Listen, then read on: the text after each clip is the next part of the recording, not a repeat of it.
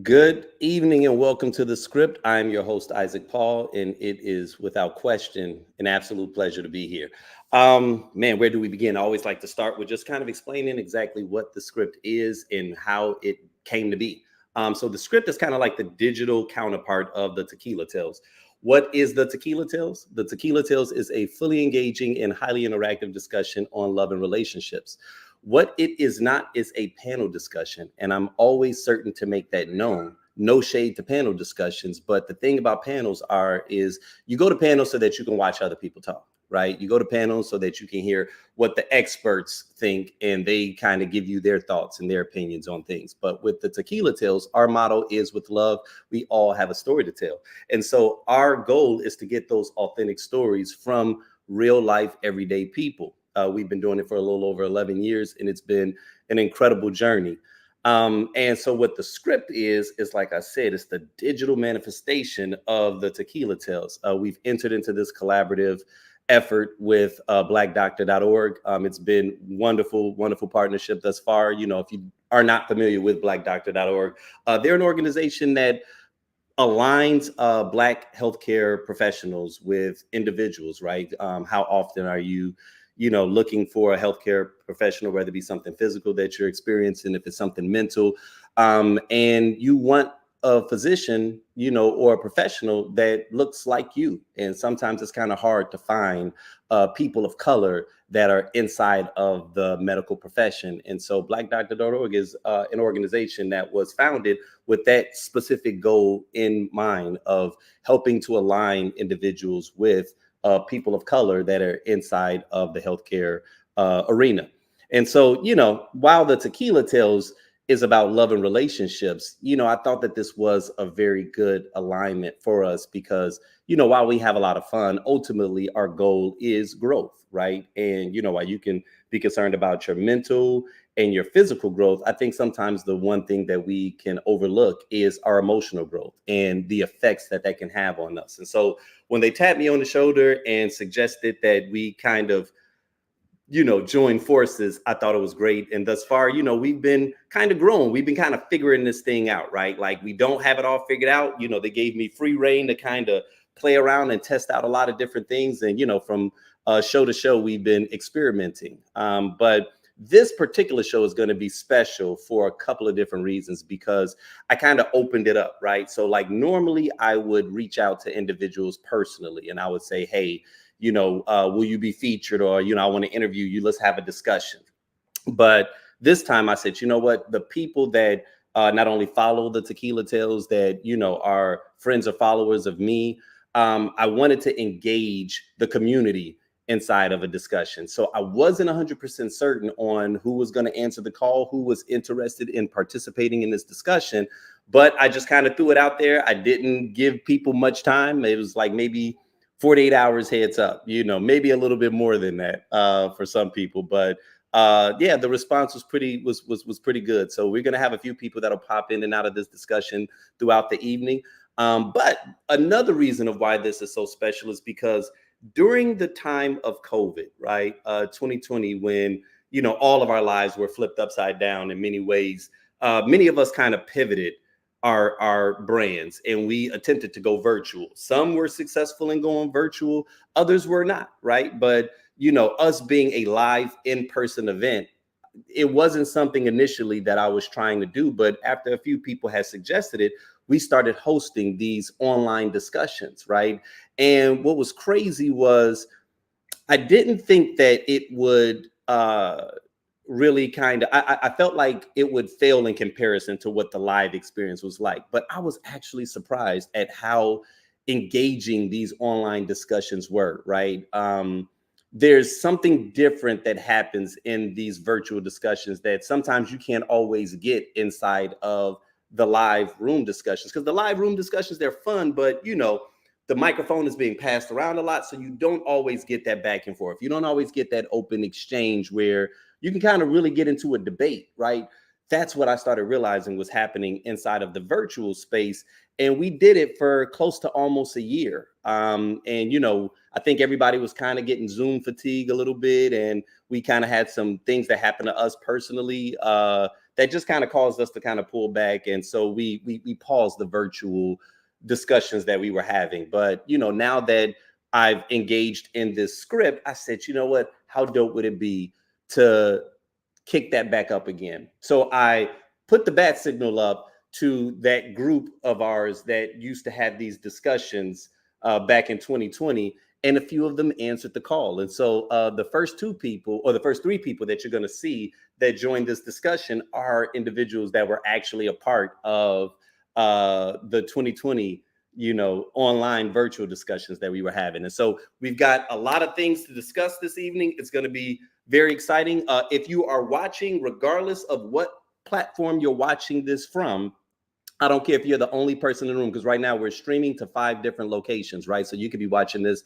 on YouTube, you could be watching this on Facebook, you could be watching it through the Tequila Tales or through blackdoctor.org. But if you make a comment, I have the ability to post the comments, right? So just like this, good evening, everyone, right? So hello, Ursuline. Right. So if you make a comment, if you want to engage in this discussion virtually, this is interactive. This is not pre-recorded. This is happening in real time. So if you don't agree with something that we're saying, share your thoughts. Right. And if it's not too ratchet, I will go ahead and post the comments so that we can all share in it. Also, if you have questions, right, if there's anything that you want us to discuss, I want you to be vocal. Right, because that is what this is. This is a community, and I think we got a lot of stuff to talk about, right? But without further ado, I've been doing enough talking. I'm gonna go ahead and bring some people to the stage. I'm gonna start with Kathy. What is going on, Kathy? It is great to see you. What's happening? Hey, good to see you. And let me see. Hold on. So we've got another one. Hold on. We got Vanessa and Lynn. Vanessa, are you up? There we go. Oh yeah, so yeah, no, this is gonna be fun, you guys. I'm looking forward to this.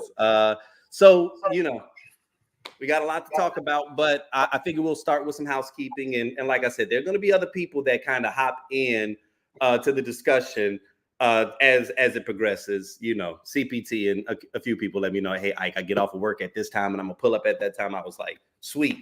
But let's just start with just, man, how are you guys doing, man? Like it's good to see you all again. Welcome. What's been going on? Doing good. I think survived COVID. So right. We back outside, right? Back outside. And like, what does that mean? You know what I'm saying? Like, okay, so we'll start there. Are y'all back outside? You know what I'm saying? Like, and what is outside? Are you tired of outside yet? Have you had enough of outside yet? I mean, outside for me is like on a Saturday when I actually venture out my house because I work from home. So okay. I'm not outside, but enough.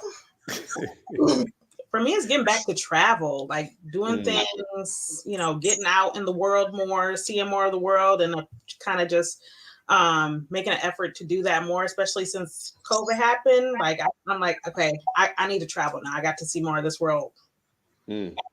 Okay. What about you, Kathy? You back outside?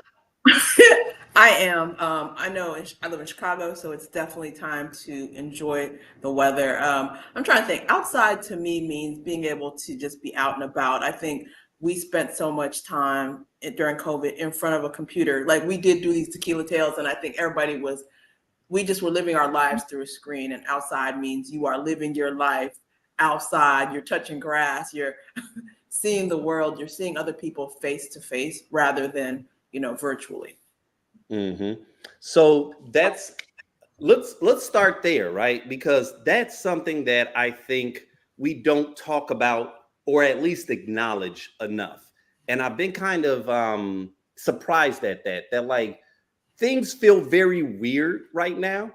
To take a word from the Democrat campaign now, things are really weird now, things are very weird now, but it made me realize that it may feel like a lot of stuff is weird, but I don't think that we've acknowledged how much we've changed individually and collectively, like how much that experience of COVID changed us, right? So like, have you all, one, thought about that, and two, in thinking of it, how do you think things have shifted, since, let's say, 2019 to now in 2024 as a result of COVID? How do you think that COVID has reshuffled the deck?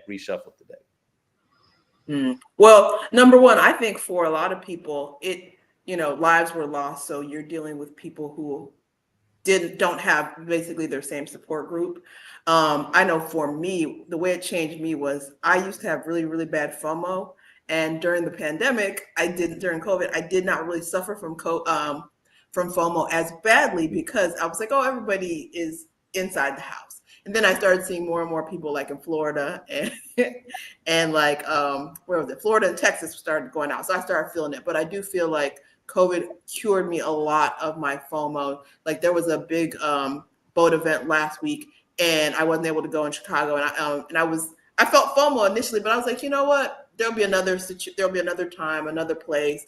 I didn't feel it the way I would have felt it in 2019.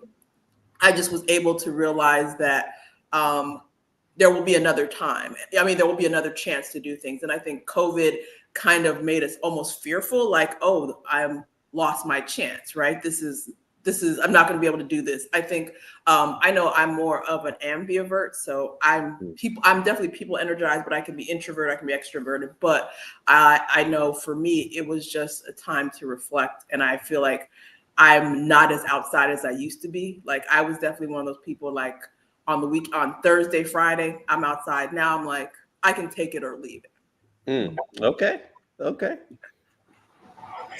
What about you guys? I think it kind of for me, it made me appreciate being around people because like it's a very different, like working from home. I still work from home. I miss being in an office with people, like interacting. Like I'm married now, I have a kid, and I get congratulations. Thank you. I get sick of them. I want to talk to adults that are outside of my house, and it's just a different feeling than when you're virtual and on the computer and on screens and when you're in person. So I think for me, it just made me appreciate being able to have conversations with people in person, and we are able to do that again. Okay. And that makes sense. I think that what I've recognized is people don't seem comfortable. Like, I don't know, like the vibe has shifted. Now, a bit of that is that I'm now permanently, is a weird word, but I'm now residing in Phoenix, right? So before I was in Chicago, and so Chicago is obviously a different vibe, different atmosphere than Phoenix is. But and so I'm sometimes when I ask people questions, I have to question: is it about where I'm at geographically, or is what I'm experiencing a result of the fact that things have changed? And now I will say that online, it feels like a lot of things have shifted, right? Like I think that COVID made a lot of us much more dependent inside of this virtual space. One, we became more comfortable, but then two, we also became a lot more dependent on it, right? And so people that probably weren't really much into social media now, they had to dive into it head first. And it's not like once we got back outside that now all of a sudden, people just snap back into feeling comfortable in social settings. You know what I'm saying? Like sometimes people might feel more of a comfort being inside of this virtual space, operating inside their house, like especially if you're working from home, you know what I mean? And the majority of the entertainment that you consume is via virtually, then it becomes kind of easy to, you know what, nah, I don't really feel like going through the fuss of having to put on clothes and like just going through the efforts, going through the motions of which you have to go through in order to go to an event, right? So like, working from home, right? From what you guys were just saying a moment ago, is it a heavy lift to get outside sometimes? Like when it comes to like an event, like what draws you outside? Are you happy to get out, or do you kind of feel like, nah, it's got to be something special in order for me to leave the comfort of being inside the house? I'm happy to get out. Like, let me get out this house. Let me get away from this baby. Let me get away from this husband. Let me get away from this place. Like, I'm not here. But I feel like opposite. Like I feel like COVID kind of made us. It forced us to make an effort. Okay. Yeah, I miss those video chats that we had, and talking to people that I wouldn't normally talk to, via Zoom or whatever. So, and you don't have that now because you can get outside. Right. Yeah. I used to work from home I started working from home in 2002, and I've had periods where on and off. And so, of course, 2020, I went back up in like from 2018 to 2020. I was actually commuting like 40 miles to like Buffalo Grove, which was like an hour and a half, 2 hours home. And then I've done it both ways. I would say now I do work from home. My company got rid of all of their offices. I'm doing it better now. I think when I was, back in the day in 2002, 2006, when I was doing it 2009, I was probably one of the few people working from home. I remember my mother didn't believe I actually worked. I just showed her like a check one time for her to believe that I actually was working from home. Because, let's say 2003, who was working from home? Very few people were working from home.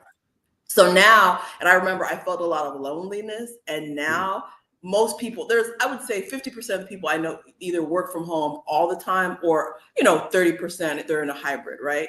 So I think it's actually better for me because I have more people that I can work from home with. Like I do co-working with a group of girls once a month, right? And that's good for me because I don't have and I love that. I try to go to the gym once or twice a week. So I'll go to like a gym that's like, I live in the South Side, and I'll go to the gym on the North Side, and I'll work to shower and work from like a cafe near there. And just kind of, if I want to go outside, do some stuff afterwards, I can, any errands, but it's nice to kind of feel that. And the cafe kind of gives me that office feel, but I can always, after the gym, just go back home.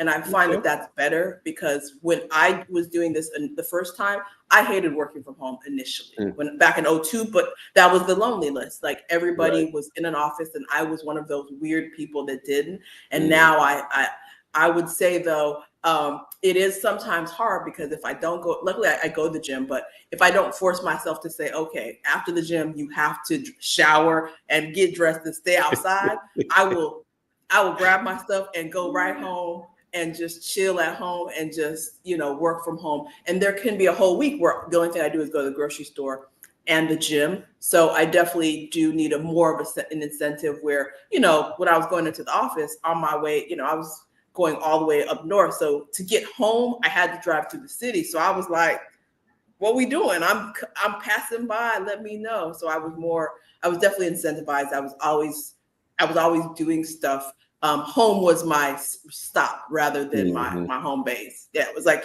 it's just a totally different mind shift.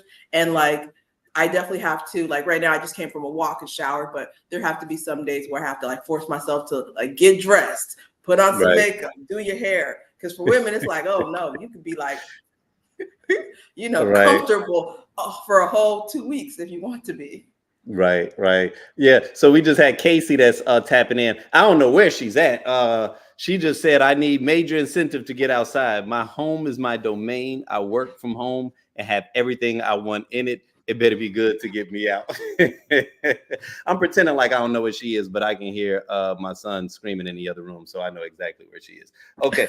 So what we're going to do now is we're going to go to this segment that we call stay out of the comments. Stay out of the comment section, man. Listen, I know it's hard to do, right? But the comment section, I feel, is like what drives social media in most cases. You know what I'm saying? Like you start off with a post and the first thing you do is you run to them comments because somebody either gonna say something funny or you are kind of preparing yourself to be outraged, right? Because somebody gonna say something outrageous inside the comment section, so you kind of almost use the comment section as a barometer, of like where society is at. Like there's a few barometers that we have in society. I think one of the main barometers that I use is the self-checkout line, right? Like when I go to a grocery store, I can always tell the kind of neighborhood I'm in by who's in the self-checkout line and how long it takes them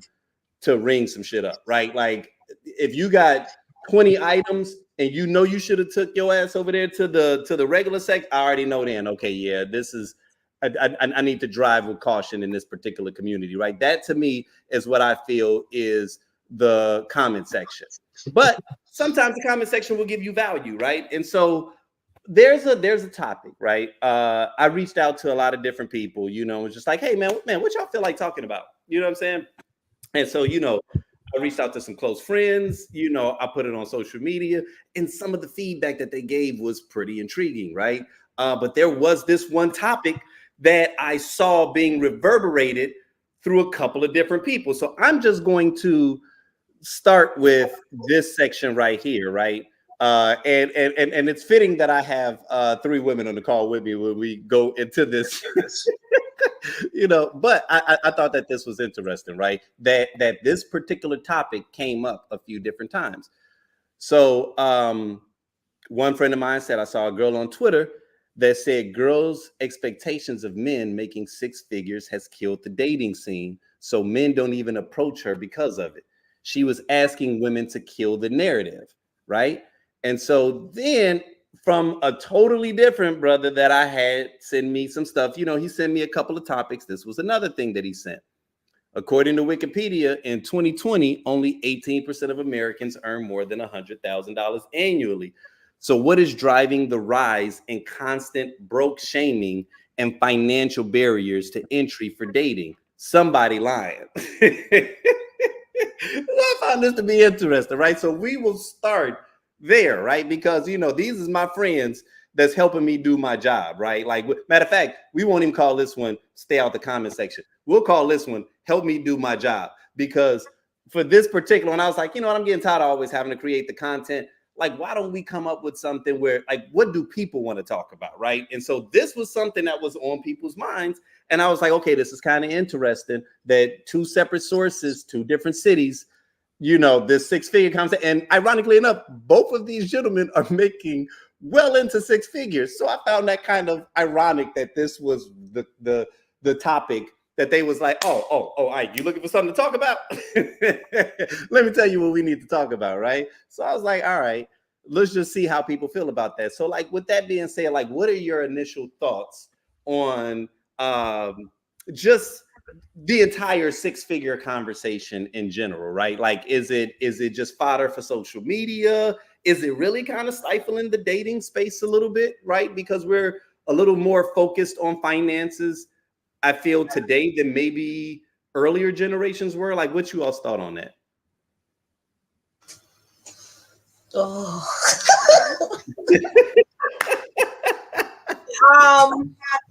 You know, I feel like back in the day, I was like, yes, you have to have X, Y, and Z and 1, 2, 3. Give me that 6 figures, give me that. But I did not marry a man that has 6 figures. I married a man that has military benefits. And let me tell you, the benefits outweigh those 6 figures. So I would take that over the 6 figures. But I get it. Like, you want that financial stability. And if you just out here all willy-nilly, then I don't know. Okay. What about you, Kathy? I'm curious. Like, what's your take on the whole 6-figure conversation? I mean, because it reverberates online like constantly. It's almost like we can't dodge it, right? So I'm just curious to know what's your overview of that particular conversation. So I think there's 2 types of women that are going around saying, I need a man that makes 6 figures. One is women who actually make 6 figures and like, I want a man in my income bracket who I'm not, you know, you don't want to make 175,000 and he makes 60,000, right? You don't want that. And then there's the women who are, you know, broke, sleeping on a pallet, working customer service and being like, I need 6 figures. So I can't really speak for that dynamic, right? But I can definitely speak for the women who are like, okay, I want a man who makes 6 figures or is at least in my social economic bracket, right? So for me, I do, because most of the men that I know personally are in that income bracket, I think it's easier for me to just, it's not even, I don't even say it, but I think it's just, it happens, right? but I do meet girls that don't make that much money who are like, I need me a 6-figure, and that is difficult, right? Because it's almost like, well, what do you not even bring it to the table, but it's like, okay, what do you do, right? Like, so perfect example, I was at like a Soho house, right? I was at Soho house at the pool last weekend, right? And most of those people are, I guess, what you would consider 6-figure earners. And so I don't really think it's that big of a discussion amongst the people, because it's more people aren't saying that, but I think it's unspoken, because you are asking people like, what do you do for a living? Everybody was talking about their job. Most of the people that I was talking to like worked in finance. So you knew the money, you knew that they're making the 6 figures. So I think I just live in a world where you're dealing with people who are professional, who are college educated, and it's not said so much. I do feel like for people on social media, it's now a flex. And so it's gotten so bad that now you see on social media, they be like, oh, 6 figures ain't that much. Are you like low 6 figures, or are you high, mid 6 figures? Now that delineation has happened, where it's like, okay, now we have to, because 6 figures, 100,000 to 999 whatever thousand is a big gap, right? Would you rather date the dude that makes 850 or 150? Big difference, right? And so yeah, I feel like a lot of it, depending on your income bracket, is capped. Like if you're not in that, if you don't make 6 figures and that's your demand, okay, what type of men are you dating? Are you, because if a man is educated and you're not, or vice versa, if you're an uneducated man, and I know plenty of men who maybe didn't go to college. I know men who make 6 figures who like are police officers, right? They make 6 figures. Like it's really about what are your requirements. Also, it's like, who are you interacting with? Because I meet people who are like, I want to date men who make 6 figures. And I'm like, oh, okay, what type of men do you hang out with, right? More money, more problems. I'm reading and laugh. Right. Here go Casey. I love when I can tell someone is new to making 6 figures and it's low 6 figures. It just doesn't go nearly as far as it once did. You need so much more on your list than that. Yeah. Agreed. Oh no. And then she said you read her mind, right? Right. And also, I think what people need to realize is like, okay, really, like I've met women who don't make that much money, but they can meet themselves a man that makes 6 figures. But it's more about who are you associating with, right? And so when people just are on social media and it's like, oh, I want 6 figures, and you are not, I don't know. It just becomes an interesting thing. I understand that, you are allowed to want what you want, because I know a bunch of men who want super big booties, right? And maybe that's what you attract. Maybe it's not what you attract. But that just seems to be the latest thing. And I'm interested about that statistic about only, what is it? What did you say? 18% of people make 6 figures. And I guess it's all about your circle. Because I would say most of the people I know make 6 figures. But I guess if I were to like cast the net out, yeah, most people don't, right? But it's all about your circle. Because I'm sure if you make 6 figures, your circle more than likely makes 6 figures. But if you don't make 6 figures, so yeah, I don't know. I would love, unfortunately, to like I need to bring somebody young like my niece who's like 25, and she's the demographic that's like, I need a man that makes 6 figures, and you're like, okay, what are you doing for work? Oh, I think my niece now is currently, what is she doing? She's doing like Instacart, right? But I'm sure she wants a man that makes right. So, but those are the girls that want a man that makes 6 figures, right? And they're the ones that are loudly proclaiming it, because they're 25 and they're Gen Z, so they're of the generation where like that is like the bar for success. Wherein I'm older, I'm in my 40s, so I have a different bar for success. I think 6 figures is a given. It's like, what else do you have? Where for them, it's like that. And I'm trying to think, I'm like, in my youth, did we have something like this whole 6 figures? Back in the day, did we have something like that? I mean, see, that's the thing. I feel like was it passport? Back in the day, okay, no, standards. I feel like he got to be like, still new. Like let's say pre-social media. I feel like back in the day, and y'all listen, I'm not trying to set the bar to hell, okay, but I'm just keeping it a buck, right?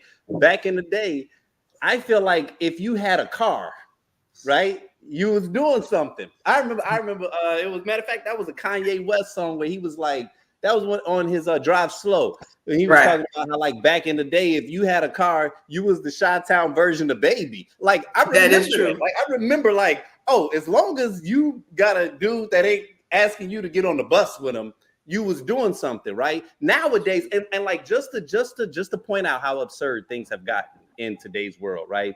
So one of my best friends, you know, who's also, you know, a part of Tequila Tales, Omar, his son is oftentimes feeling some kind of way about the fact that, you know, he goes to these schools with these rich white kids and they've got all of this stuff or whatever.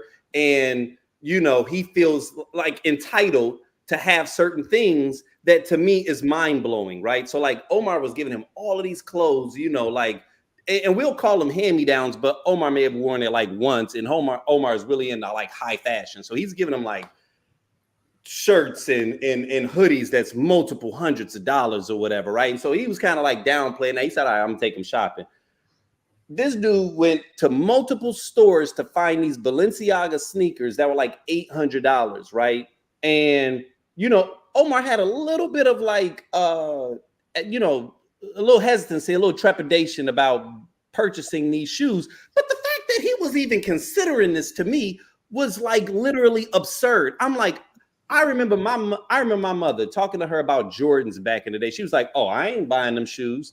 You know, she told me, "Oh no, when you work for yourself and you make your own money, then you can get your own things, right?" Like she set the bar to whereas there was never an expectation of me to expect for her to spend hundreds of dollars on shoes. The idea now that a teenager, well, actually, I think he might be like 21, 22 now, but is wearing $800 sneakers. Like, how did we get here? When did we get here? When did we get to the point where $800 sneakers were the norm? Like, there was a point where even in the hip hop generation, it's like we understood that like high fashion was high fashion, runway was runway. If you're, you know, reading Vogue magazine or whatever, you knew that that was something that was outside of what you can do, right? Like celebrities live a certain lifestyle. The rest of us, we're commoners. We're going to live down here, right? We were never expected to compete with celebrities. And I feel like in 2024, the everyday man is trying to compete with what they see millionaires doing online. It's like, yo, we are not the same. They are not like us. I feel like Kendrick Lamar. So you know what? Not like us. Why are we competing with rich people? And why am I being made to feel like less than a person because I can't compete with the top 0.25% of people global? Like we're in a very weird space where you cannot be a part of the 80-90 percentile and still consider yourself happy.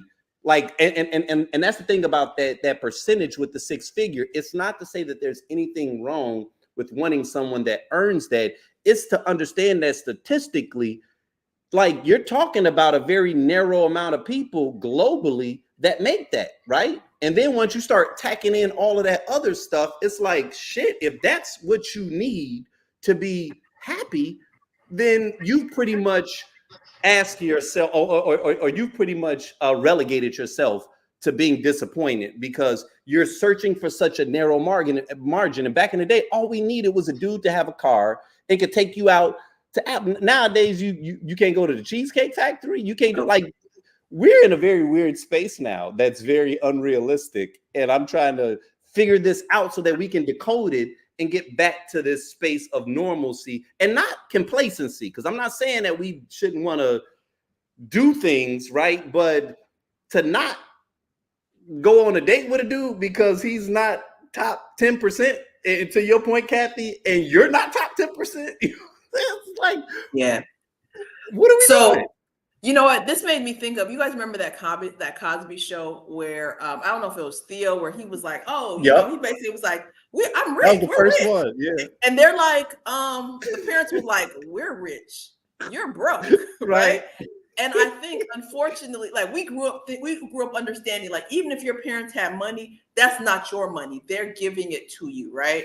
And there's going to come a time where you have to make your own money. But these kids nowadays feel like, oh, well, if I'm in a household, like, I'm going to always have this money. And there are some people that I feel like are just always going to give their kids money. Like, some of these affluent white children that I know, yes, their parents are always going to give them money. And it's probably to their detriment, because I actually know some Black people, their father is a doctor, and they've always been given money, right? It wasn't until probably like, two of them, the two oldest, like flunked out of college. Dad was paying for everything. I don't think anybody ever had a job up until a certain point, because, mom didn't have a job, the kids didn't have a job, because they didn't need to, because the dad was a doctor, right? And it wasn't until I think the dad was paying for everybody to go to college. Nobody went to college. Everybody flunked out. I think one of the kids was 35 before he got his own college degree. And dad's a doctor. And I just felt like they were just used to that. And so I think we're living in a society, because I see my niece and nephew, they just kind of feel like, well, your money is my money. I don't need to earn money because I'm in this house. Where we felt like, oh, dang, I'm going to have to get it. Not to say my parents aren't going to help me, because I know my parents helped me. I went to college. My parents made sure everything was okay. But I never felt like my parents' money was my money.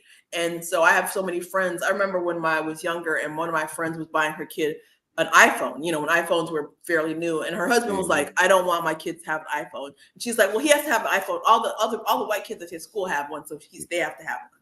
And so they gave the kid an iPhone. And I'm just like, so now I see people like my nephew is 20, and my niece is like 25. And they're, young and struggling. And now they expect, like, if you've given them an iPhone at 16 and now they're out of your house, and they're like, well, you've always given me an iPhone. I can't afford Once they realize how much an iPhone costs, they still expect iPhone. They still expect to live at this level. And I think my parents were very good about saying, like, this is the life I'm affording you. But when you get out there, you're not going to have this lifestyle, because you're going to have to move up to that. And I think a lot of these kids, that's why everybody feels like, well, I just deserve 6 figures because I've lived one way, and you can't take that from me. And it's like, no, yes, we can, because you're broke. And I think that's the difference between like our generation and the younger generation. Like, our parents taught us a little responsibility. Like, I know my first cell phone, I had to buy the minutes. This was way back then. You had to get minutes. Like the nights a weekend, 3 nights a weekend. I had red. I get my minutes, but they expect like you just have a cell phone. The bill is paid. Like, we had to work. I had to get a job at like 13, 14 to pay for this stuff. So we had to work and earn most of what we had. Where like kids these days, it's just given to them, and they don't think twice about it. Okay, so do we think that, so with this entitlement space, is the solution hard times? Do we need to institute some hard times so that they can? I don't think it's hard times. I think it's reality, right? Because I love that Cosby Show thing where people feel like they have money because they're living a life that makes them feel like they have money, and it's like, no, you don't. Like, even if you. So let's say you make $30,000 and you're dating a man who makes 130, and that's just your boyfriend. Okay, you're living a better life. He's brought you up. But if you ever break up, you're back to $30,000, right? So people have to realize that. And so I think a lot of people, there's just a lot of things that have changed. I think entitlement is there. I was just watching something where this guy was talking about he scammed his way to his first million, right? And so I'm meeting so many people who are like, so when I grew up, the drug dealers, the drug dealers were the hot boys. Everybody in high school, girls were dating drug dealers, living that life. Now, I remember I was meeting a bunch of girls, and they were in their 20s, and they don't date drug dealers, they date scammers, right? These dudes are doing the credit card scams, right? And I see them all the time at like whenever I go to like Neiman Marcus, when the scammers have come in, because you can smell the smell of marijuana, skunk weed passing you by. You turn around and it's just scammers and pants sagging, all that other stuff. But that's the thing. A lot of these young girls are dating those types of dudes, and it's just like the lifestyle. Like I know a couple of them from like, and I see their social medias. They're 31. Been dating scammers, and those scammers are basically spending money. So you know, I remember I was making more money than these girls, but you know, because they had scammer boyfriends, they had every designer item, and we're not talking about fake designer items. Because they were scamming, they were able to go to Neiman Marcus and buy all the real stuff, and you know, it wasn't their money. Yeah. So, you know what? It's funny because I was talking to a friend the other day and I couldn't remember what the term was, and that's what it is, scammers. Like that's a to your point, that's a new thing. And I love the way that you just drew the correlation, because the drug dealers back in the day, they're now the scammers now, because drugs are legal now, right? Like, or at least the drugs that most of us were buying. Now, if you want the more hard stuff, unless you live in I can't remember what state that is. One of them states got it all out there. It might be like Idaho or Oregon, Colorado. Which one is it?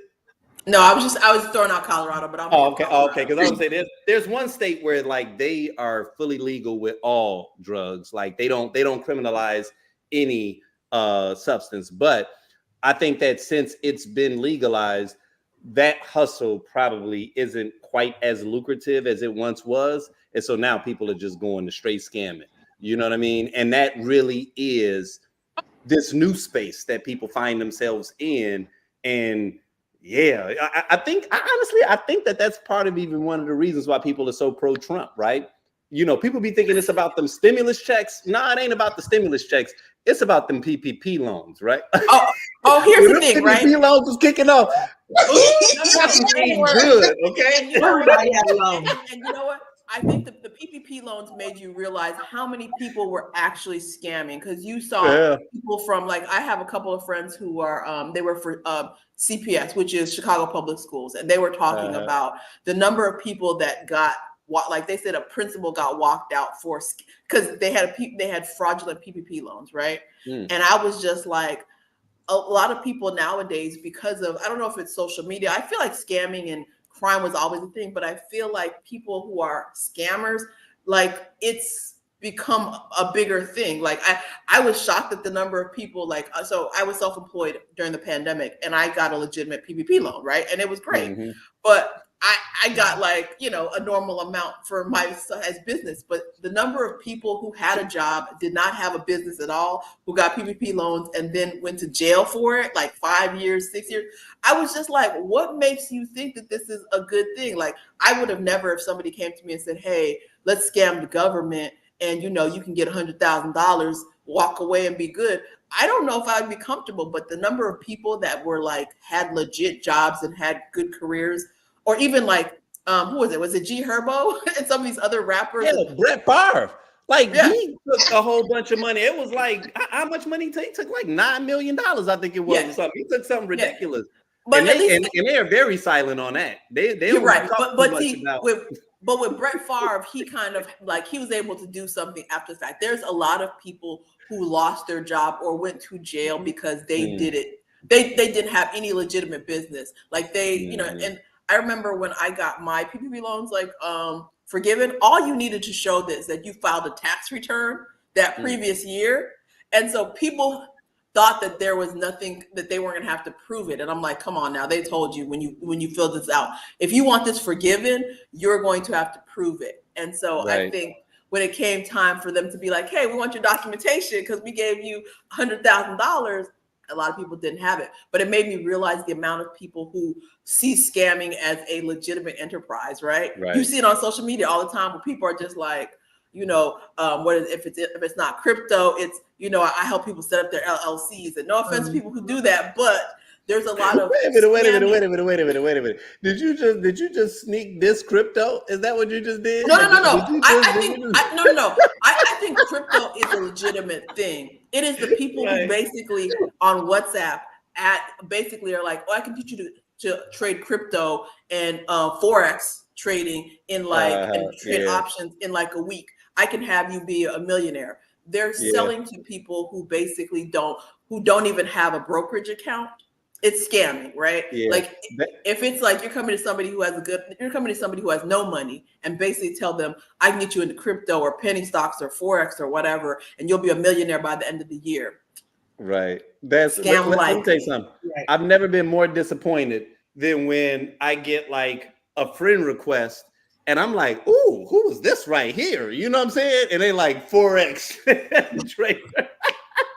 I'm like, oh, okay, that's spam. She ain't really following the brand. You know what I'm saying? She don't care about Tequila Tales. She don't care about what we building over here. You know what I mean?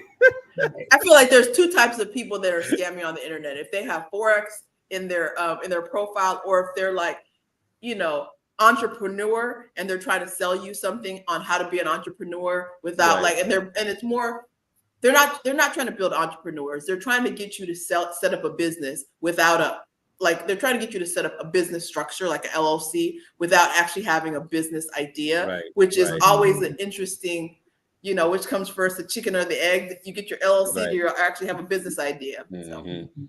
So, okay. So as we're rounding this conversation out, right, about six figure, because I did want to show you all a video right now. See, here's what's fun about the type of conversations that we have, because typically the people that either follow Tequila Tales or that I reach out to personally, which, by the way, everybody now that's inside of this particular conversation, we're a part of the 2020 conversation. So that's really exciting. We got Daniel in the house right now. So shout out to Daniel. What's going on, Daniel? You know what I mean?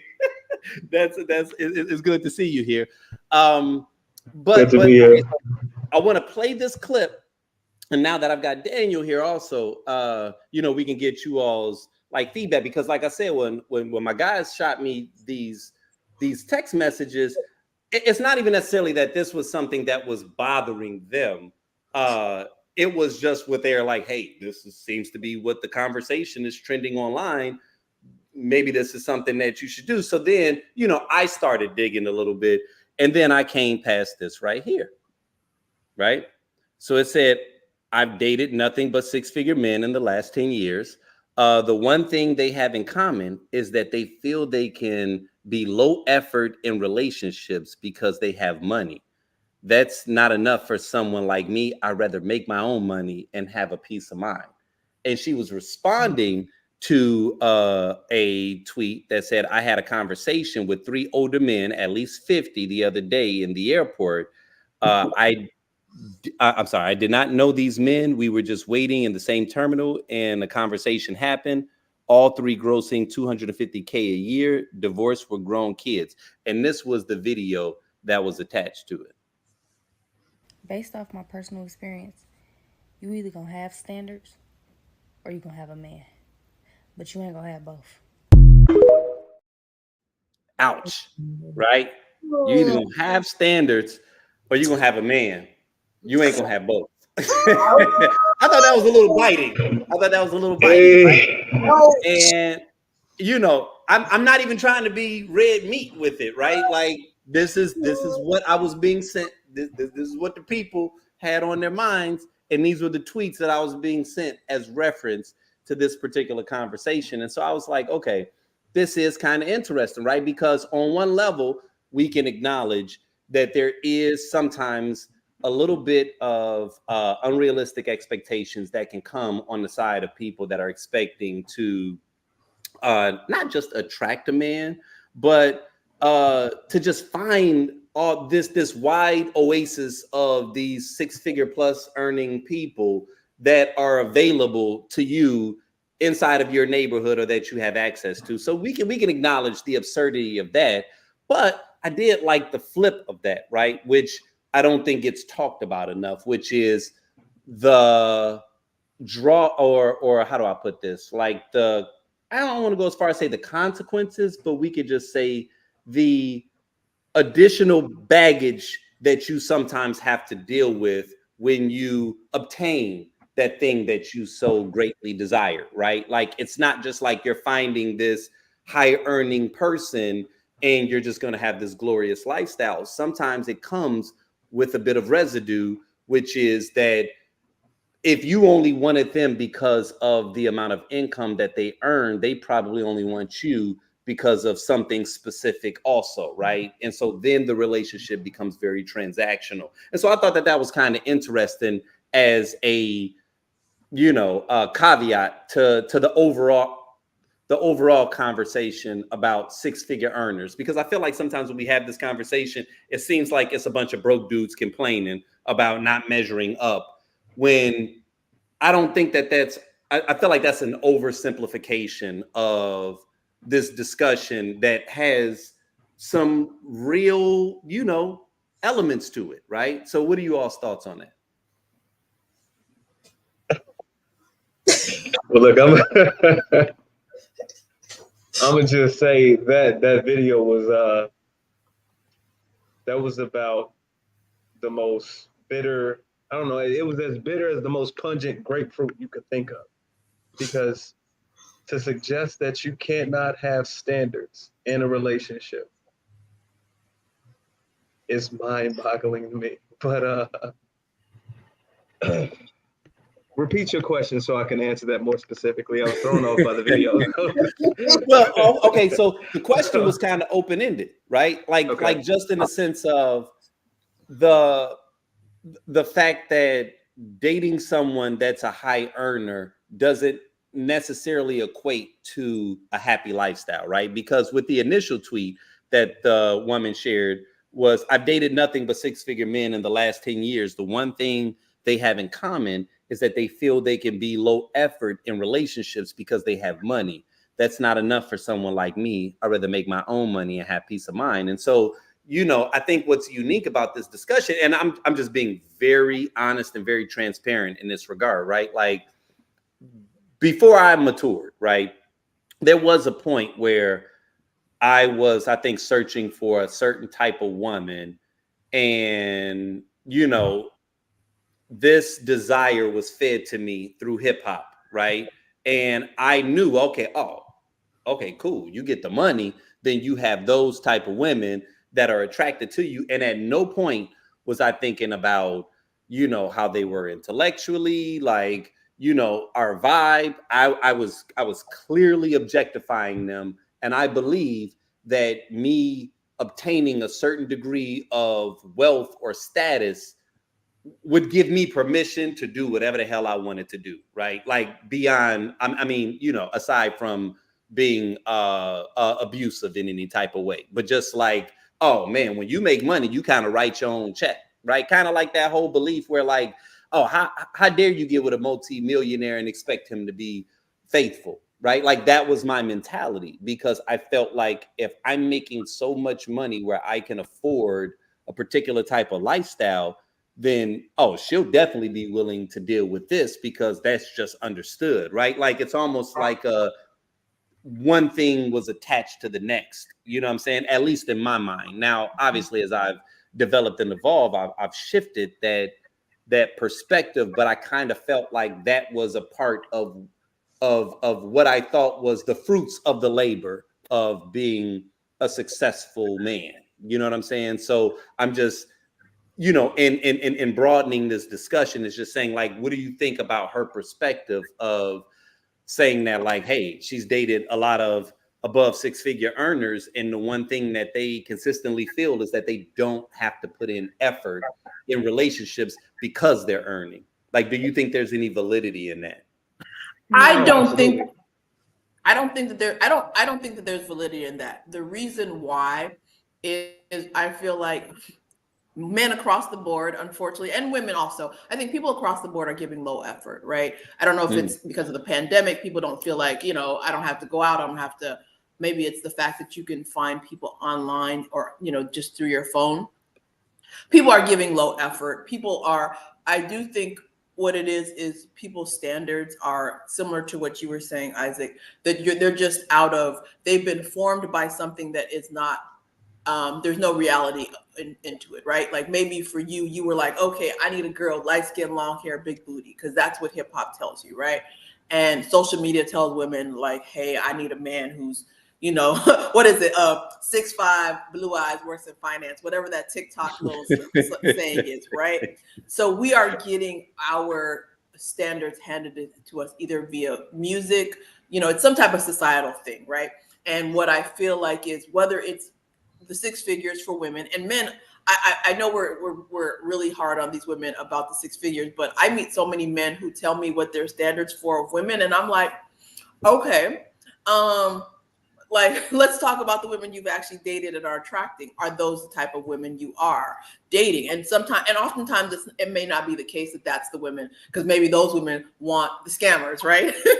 But regardless, I think we all have very messed up standards, and I've been there where I've had certain standards that I'm like, okay, well, is this taking into consideration that this is the best, like a good person for me? We all have had standards, and then you meet somebody that may not have all or even a lot of them, but you're like, okay, the things that I was really looking for maybe are superficial, and I can be with this person because I'm being with their actual personality and soul rather than their finances. But okay. I do think we all are dealing in this world where it's like, well, what are my standards? Because I meet men all the time. I'm just like, yeah, you're like, I had a friend who he's with a woman now, but he always wanted a certain type of woman that was not into him, because he felt like, well, I have this going for me, so I should be able to attract that woman. And that woman did not like him, right? And so he felt some kind of way. And I feel like the same thing with these women who are like, oh, I want a man that makes 6 figures. If that's not what you're attracting, it is what it is, right? Okay. But we all have our criteria. It may not be steeped in reality. It may not be steeped in anybody that you know. And, we live in a world where it's like, I can manifest whatever, yeah, I'm sleeping on a pallet, but I'm attract, Elon Musk type money. And right. I don't know because of social media, if we're ever going to be able to get away from that. Because before, like you said, all we knew back in the day was, oh, this dude got a car. And I remember when cell phones came out, everybody was like, if you got a cell phone and a car, you rich, right? Right. And now these people are actually seeing real wealth and feeling like, okay, that's like doable for me, right? Like, we used to see, what was it? Lifestyles of the Rich and Famous. And we felt like, okay, that's real money. That's like, they got 100 million. People are seeing people with 100 million, like kids are seeing people with 100 million and thinking that's realistic for me to have in like 5 years. Right. In 5 years, I could be that. Yeah. I also think it's like Isaac said it perfectly. Like, it's a maturity level. Like, these are like young kids talking about, I need this, I need that. Like 25-year-old Lynn, her standards were completely different than like 35, 40-year-old. It's never been 6 figures. I don't know about Lynn, but Vanessa's never been 6 figures. For yourself or for who you're dating? For who I'm dating. Oh.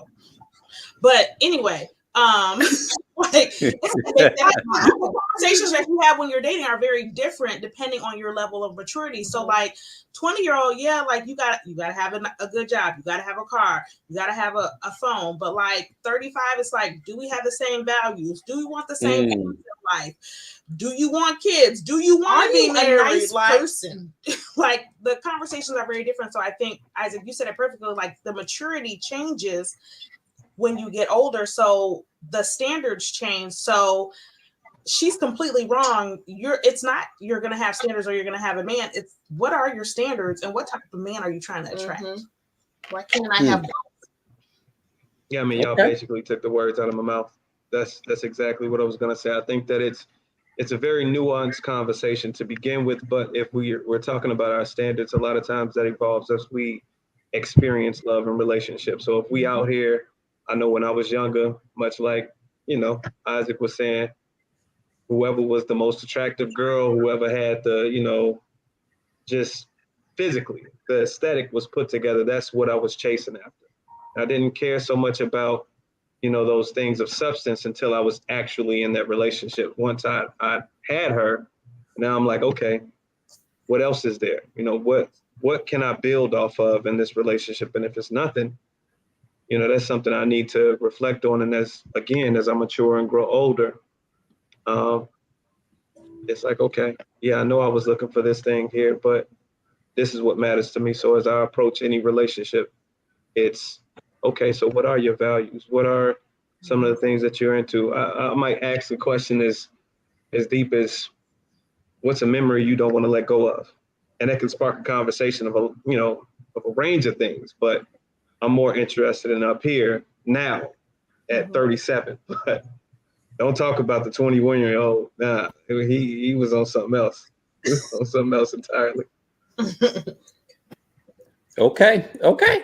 That's fair. That's fair. Now, I told you guys that I was fielding questions from the audience, people that, you know, are fans and followers of Tequila Tales. And so, you know, anytime you do something like that, you get like a wide array of it can be a mixed bag of nuts. But sometimes you will fall into something that's very qualitative. Also, during our live events, one of the things that I've instituted is I will have an interactive online survey that the participants inside of the live discussion can fill out before the discussion starts. And so one of the first questions that I always ask is there a question that you want to ask the room, right? And never know what they're going to ask. If I can incorporate it into the conversation, I do. Otherwise, I just save it for things like now, right? And so this was one question that was asked that I'll pose to everyone that's watching now. And I will actually pose this to you, Daniel, since this is directed towards men. What about a man makes you go all in, and what makes you fold the ultimate red flag? Okay. Wait. What the ultimate red flag is, but I think that this is interesting. And what about a man makes you go, what about, okay, it says, what about a man? Oh, I'm sorry. No, it says, what about a man makes you go all in? I'm sorry. This is actually supposed to be for women. I saw that towards, I thought that was supposed to be geared towards men. I apologize. But since I already posed it at you, what about women? I'll pose that at you. You know what I'm saying? I clearly read that wrong. But I'll go ahead and still pose that at you, though, because I think that that's kind of fun, right? Like, what about a woman makes you go all in? I'm going to actually ask everybody this because I think that that's interesting, especially nowadays in 2024 when we've got a plethora of options, right? We've got Tinder, we've got, you know, Facebook and social media and all of these different things that makes dating so transient. And it seems like one of the things that becomes difficult nowadays is actually settling in on someone, right? And it felt like back in the day, there probably used to be a little bit more of an incentive because of the fact that we didn't have so many what we perceive to be options, right? Like, because I don't think everybody we perceive to be options are actually options now. But I think that because we got all of this content flying at us, it makes us think that there's always something better than who I'm interested in right now. You know what I'm saying? And so many of us that are engaging in this discussion right now, you know, I'm probably the oldest out of all of us, but you know, we're still in the same general vicinity where we've had similar shared experiences, right? And I'm curious to get you all's perspective from this because we are trying to accommodate to this new virtual world, and we used to interacting with people and kind of determining their value based off of how we vibe, right? Versus nowadays, it feels like everything is so shifted and no one wants to go all in. No one wants to take the risk. No one wants to take that next step in figuring it out. And it feels like nowadays, the moment that I see something that is not 100% in alignment with what I think I desired, next. You know what I mean? Like that whole swiping mentality, I think filters its way into our day-to-day relationships where we can't even have an argument anymore, right? We cannot disagree. There's another graphic that I can find that I'll post where it was talking about like all the petty reasons of why someone stopped talking to someone, right? And I mean, it was funny to watch it in the thread, but it was kind of ridiculous because it was like, yo, like if this was the game when I met Casey, I know good and hell well we wouldn't be together, right? Because I'm like, we're not giving people any type of room to just have a moment, right? So I'm just curious to know from you all's perspective, like what makes you want to go all in? And I'll start with you, Daniel. Not for the men. Not throw me in the hot seat. Just gonna no, because you know I'm all for the women. I'm all for the women. Let me. But you know, sorry. Let me specify, you know, before something gets tossed out here in these internet streets. No. So sorry about that, brother. The first half of the question is about going all in, and I'm assuming you can give me a little bit of clarity. But the second half of the question is what would make me say, "Nah, I'm good." Okay. Okay. So I'll speak to experiences now. I recently started seeing someone, right? Okay. And we've been following each other on social media and whatnot, but it was never anything serious. Not that there was no suggestions of interest or anything like that. It was just somebody good to talk to. So in a conversation, just speaking with her, I was actually reflecting on the conversation, speaking to her and how she made me feel. And I was dealing with something at the time. So I reached out to her. I said, is it okay if I give you a call? I just kind of got some stuff on me I want to talk about. She said, yeah. And in that whole conversation, she was just so soft. She was so receptive. She was so understanding. She was comforting. And I don't know, in how soft she is in spirit, I am compelled to do for her. I'm not worried about, whatever happens, because the fact of the matter is, if you invest in something that you believe is going to be good, you're not investing with the mindset that is pessimistic.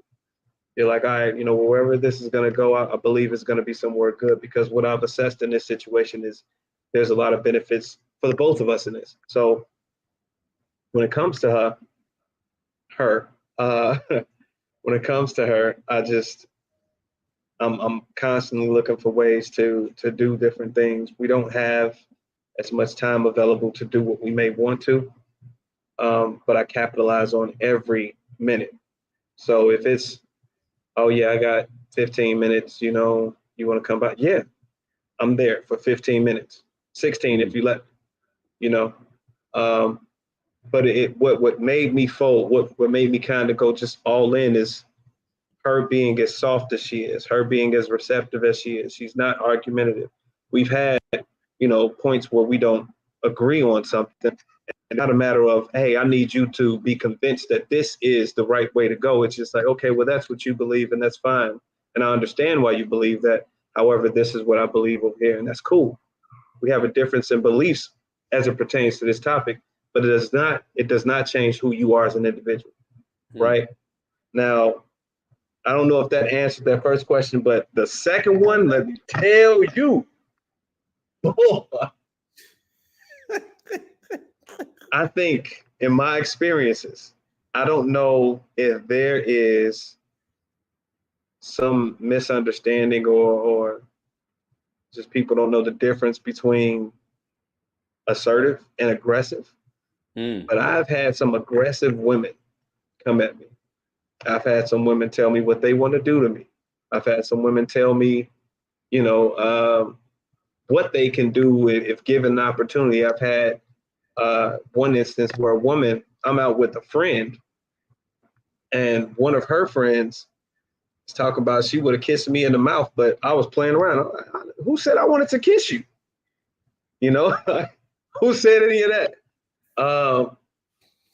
Just recently, man, literally just recently, a woman that, and I have to own up to this, I did ghost because I sensed a little bit of cray. Okay. I bumped into her, and the way that she responded, she grabbed my arm so tight. Like, where have you been? You got back with your ex, didn't you? I said, no, I didn't. No, you lying to me. I didn't.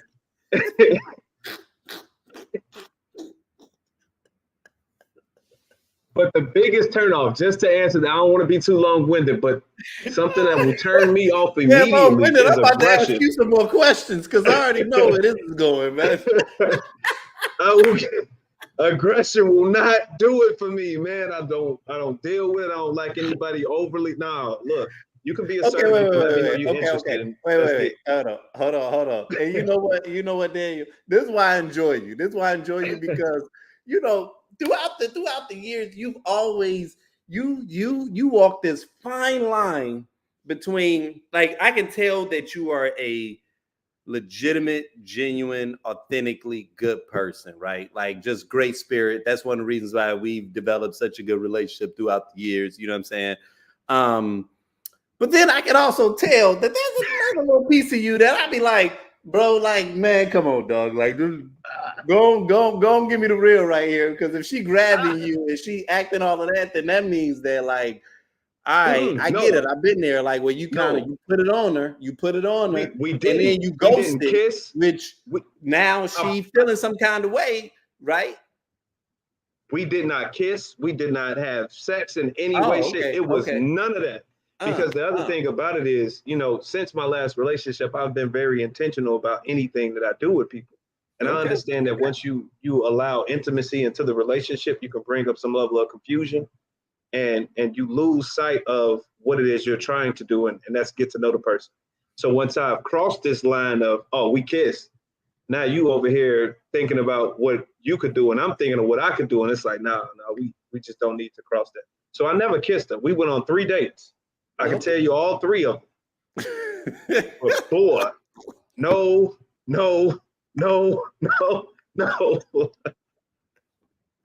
Bro, I'm telling you, you always got them stories, man. And you want to know something, Daniel? And I'm gonna be real with you. And this is not fair. This is what I'm about to tell you. It's not fair. This is going to be me being very. I don't know if there's such a thing as being astrologically bigoted, right? But I know that you are a Sagittarius, okay? And if I don't know nothing about some Sagittarius, man, I know.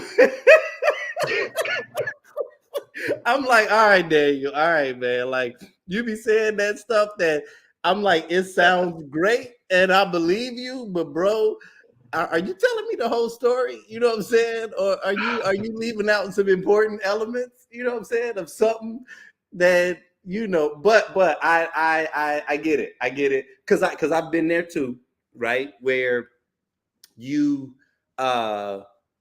unconsciously can tap into something into another person, and you don't know what that feedback is going to be like, right? Like you don't know what they're going to come back with as a result of that. You know what I'm saying? Like what trauma they may, and this is women and men, you know, sometimes we can kind of reduce it to sex because sex can have such an instantaneous connection, right? Like where they be like, oh man, you put it on him and now all of a sudden he crazy, he's showing up to your job. I mean, that's a real thing, right?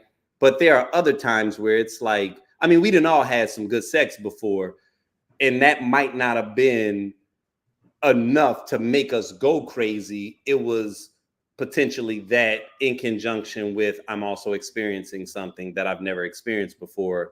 And then it makes a person kind of act out of character a little bit. And so I kind of get that, but I just, you know, your stories I always find to be very intriguing. That's probably the best way, you know, to put it. Now I will pose that same question to the ladies inside of this conversation as it relates to like what makes you or what made you, what either makes you or made you go all in, and what's that thing that makes you say, nah, you know what, when it comes to this, I gotta tap out.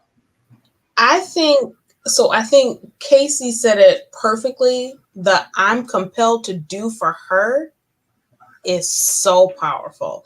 And so when I met my now husband, who she knew, she introduced me to my sister, my twin here. She introduced me to him. I was like, no, because that's your boyfriend's best friend. Birds of a feather flock together. No, thank you. But they are no longer together. She's not married to him currently. But the fact that when I actually got to talk to him and I knew he was different, and the fact that he was compelled to do for me, and you know, every time I saw him, he was happy to see me. He would do everything for me, and he was just so into me, and I just did not have to put in the effort, and that was new for me. That was not something that I was used to, and I was like, oh, this person is different. So even if I had red flags, which thankfully those red flags are not anything that would have prevented me from doing everything over again, but that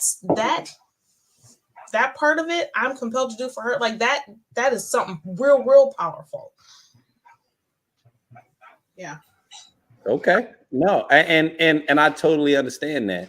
And I do think that there are times where we are finding ourselves in these spaces because essentially I think what we're all searching for is value. And we may not know that, right? Like we may not know that really what it is that we're looking for is someone that makes us feel a certain way. And I think it was even Kathy that talked about earlier about like just social media and the influence of social media and how difficult that makes, you know, us kind of progressing some of these spaces because of the influence of social media. You know what I mean? Yeah, we continue to find ourselves in a weird space. But before I leave this particular topic, I do want to get your perspective, Kathy, of what what would make you say, okay, you know what, I'm burning the black book. You know what I'm saying? I'm going all in on this person. You know what I'm saying? Like, what is that thing? Yes. So I think for a woman, me as a woman specifically, I need somebody that is who makes me feel like, you know, they can't live without me. I can't live without them. So number one's going to be feeling. And I know for men, that's important. Like a man has to feel something about you. So I want that reciprocal feeling. But also with the ladies, I want a man who I feel like is taking care of me. And it doesn't have to be financially, but I think women always want to feel like safe. Like this man is taking care of my emotions. He's taking care of, like, you know, whatever I lack, he's trying to figure something out, right? If I'm upset, he's like, what do you need? Do you need a hug? Do you need me to beat somebody up? What do you need me to do? Because as a woman, you know, I want to feel that. I want to feel that safeness, that protection, that, you know, that love, that care, you know, cared for, that he's thinking of me, right? He's making plans. It's like, oh, you know, so I think that's why a lot of women especially are like, oh, I don't want a man that's low effort, because women I want to feel like you've thought about me. You want to hear my voice. You want to see my face. Because I've dated men and they're, you know, and they're just kind of like, oh, you know, we'll see each other in a week or two. Nah. I need that energy, right? I need that. I want to see you energy. I want to be in your presence. I want to do for you. I just need to see your smile. I need to hear your voice. So those are the things. And you know, reciprocation, of course. What makes me, you know, be like, nah, is probably lack of reciprocation, lack of effort, right? If let's say I'm feeling you, you know, I feel like we're vibing, we're getting along, but you're just like, no. Then, because I've definitely, there was a guy I really liked, but I just felt like, you know, he probably felt like, okay, well, you know what, I'm looking for something else. I'm waiting for, he wasn't dating anybody else. You know, even if he was, the person, even if he was dating other people, the person that he really wanted to be with had not shown up. So he's waiting for some imaginary person. But his, you know, kind of a lot of people are. I feel like a lot of people have a lot of options. They're dating 3-4 people, but they're waiting for, you know, to be determined person to materialize. And I'm like, I get it. You know, we've always been told, don't settle. And I think that people have this really high bar of, or I think people have a very warped understanding of what settling is, because in our parents' generation, you found somebody that met all your criteria and you were like, yeah, okay. But now you can meet somebody that meets all your criteria. They're like, I think I can still do better. Yeah, I can do better. I think you know, and that's not for me. So yeah, reciprocation, low effort. I just, as a woman, for me as this woman, if I don't feel like you like me like that, I will probably leave, because I know that's the one thing I can't settle for, right? I can't settle for a man who's like, oh, doing all this, but I just can feel it, that he's like, yeah, you know, she's cool, but she's not the woman that makes me excited. That's the hard thing, that don't settle though, because like I know, right, back to what we talked about, like in our 20s, I was like, I don't want somebody that has kids, and I don't want like, but that's not settling, right? No. Like if I find somebody in my 40s, which, you know, I was close to it, you know, odds are they're gonna have kids, right? I gotta let that go. So what am I willing to let go? Not settle, but what am I willing to let go in order to find the person I'm meant to be with? Right. Or the person that's for me. Yeah, you know, and I think I the like set, that. I think I think the people who are like, I don't want to settle, are really fixated on things that are superficial. Because I have a bunch of friends. So this is something we could talk about next time. I know so many men who are like, I would never date a Sierra. You know, she got a kid. I would never date a woman with kids. And, you know, because I got so much going on for me. I have like 2 male friends who are always blasting Sierra, who's a beautiful woman who has her own money, but they're like, Russell should have never dated her because, you know, that's it. She's a downgrade. I'm like, have you seen this woman? She is not a downgrade. But I know so many men who feel like, I would never. I'm like, you are. And these men are both in their 40s, don't have any children. They were like, I would never date a Sierra because she had a kid. She had 1 kid by somebody. I was like, okay, you know, I can totally understand if you were dating somebody. Kathy, stop it. You know, see, when we go into that space, then I get a little. Okay, so I got 2 pet peeves, and people that are close to me know it. I hate to be misunderstood, and I hate to be taken for granted, right? But part of being misunderstood means, like, you can disagree with me, but like, don't dislike me because of who you thought I was, right? And when it comes to that particular conversation, like, there are times where you just detect inauthenticity. You can detect that people are capping. There is no way that whoever it is that you're talking about, if Sierra approached them, like, and I'm saying like not like let's say maybe not Sierra, but someone who looks like her and has the exact same, she's got a kid from another person, approach them and they would not be ready to risk it all. Right? It's the same way we do with Laura Harvey, right? Or Lori Harvey. Like, we get to these spaces where guys get so like threatened, or and honestly not even threatened, because they're lying. Like, it's not even, it would be a threat if Sierra really approached him in real life and he was really like, oh no, stiff arm. If Sierra approached this dude in real life, when I tell you the things he would risk to be with this woman, you know what I mean? Like, and so that's why, like, sometimes when we hear this stuff online, and I feel like we all have to collectively get into this space, especially coming into this election, right? Like, there's going to be so much trash that gets thrown out there where the pure purpose of it is to make you feel small, but it's coming from people that low-key idolize you. It's coming from people that low-key worship you, but they feel inadequate, or they feel, you know, not on your level, or, you know, unworthy. And so I never forget, it was an ex of mine.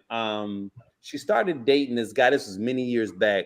And she was telling me, and it kind of pissed me off a little bit, because we might have been outside of our relationship by like about a year and a half, 2 years, but we had become friends. You know what I'm saying? So she starts sharing with me this guy that she's dating, and she's like telling me all the stuff that he's doing. And as I'm hearing it, I'm like, okay, so this dude was fully enamored with you in the onset.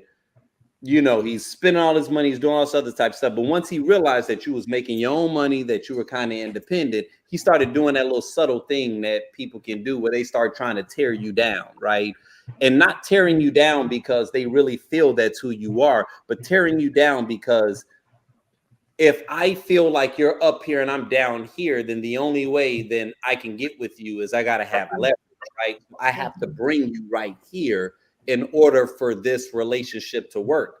And when I realized what was happening, like, you know, I hated to be her ex telling her, like, listen, you know, this dude right here ain't, you know what I mean? I hated to be that guy that was coming off like a simp, but it was like, yo, like, everything you're telling me, this doesn't even add up.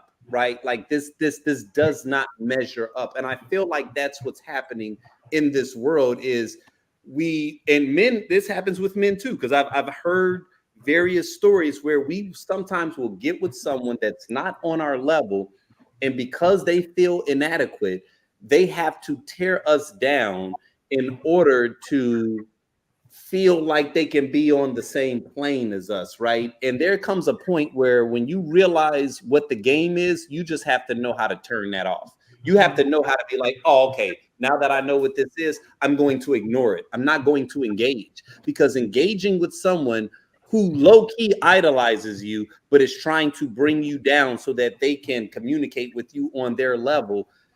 We have to get to a space where we can collectively rise above it, right? And this may be somewhat of a precursor into a conversation that I'll tap into in a moment, but I kind of feel like this is a bit of a theme, and it's going to be more of a theme as we move forward, right? Like where you have these and I try not to make things gender specific, because I start to understand that a lot of what successful Black women are encountering are the same things that many successful, Black men or successful people have encountered also. But I think that because of the role that Black women have played inside of our society, you guys get it in a different way that sometimes other people don't, right? But we got to get to this space when we start hearing foolishness like this. We ain't got to diss people, we ain't got to argue with them, but call out when you're hearing some bullshit, right? Like, oh, really, bro? I've seen your last 3 exes, but if Sierra with one kid that's also a billionaire wanted to holler at you, I never get with Sierra, bro. Let me stop, because I'm lies. Right. Sierra is a legitimate dime, but you won't get with Sierra. But I seen your last 3 chicks that you hollered at, but you won't get with Sierra. It's like, come on, dog. Like, stop the cat. You know what I mean? Like, and that's what we need to get back into is reality. We need to get back into a space where we can comfortably encounter one another in a real space and not lie. But anyway, I'm about to go on a tangent. This is the last thing I will say about that last conversation, because I did want to share this as it related to the 6-figure thing. I thought that this was interesting. This was from someone who calls beast mode dating. He said only 2 to 5% of men are over 6 feet and make 6 figures. 90% of women are fucking men that don't meet this criteria. Stop making excuses and go approach her. So I just wanted to, I have to end sometimes with a bit of truth, so that regardless of what we're arguing or, debating the internet mumbo jumbo, the reality of it is like I said a moment ago, like, people are looking to connect with individuals that make them feel important. You know what I'm saying? And sometimes I think that we get lost in the online chatter, and we're allowing that to dictate our movements and who we approach, how we approach, and how we show up to these particular interactions. And so when you see the statistics, also understand that 90% of the people that are with someone are not with that person. So stop using that as an excuse. So if you're watching this and you're like, yeah, see, this is why I don't date Black women, bro, stop it. Because the statistics are not on your side, right? But that's what we'll use as we'll move aside from that. I wanted to go into this infographic that I thought was kind of interesting, because from a last event that we had, I told you all, we run these anonymous polls. This is not, this ain't CNN. This isn't Rasmussen or anything like that. This is a Tequila Tales live event poll where I ask people, which of these do you consider the biggest gamble in a relationship?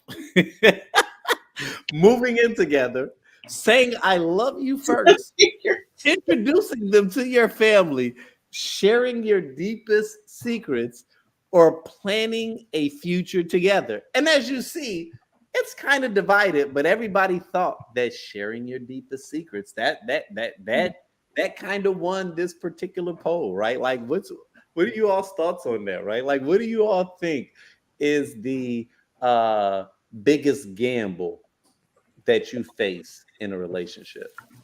I want to comment something real quick that I just kind of noticed in that little graph. There is no percentage for saying I love you first. No percentage for saying I love you first, which only tells me in some way, shape, or form that people just throw it out there and they don't care. I love you. You get an I love you. Well, either that or they just aren't saying it. Yeah. What if they like, I never say it first, right? And that's why they lonely. You know what I'm saying? So I'm trying to figure that out. But that is funny though, because saying I love you first.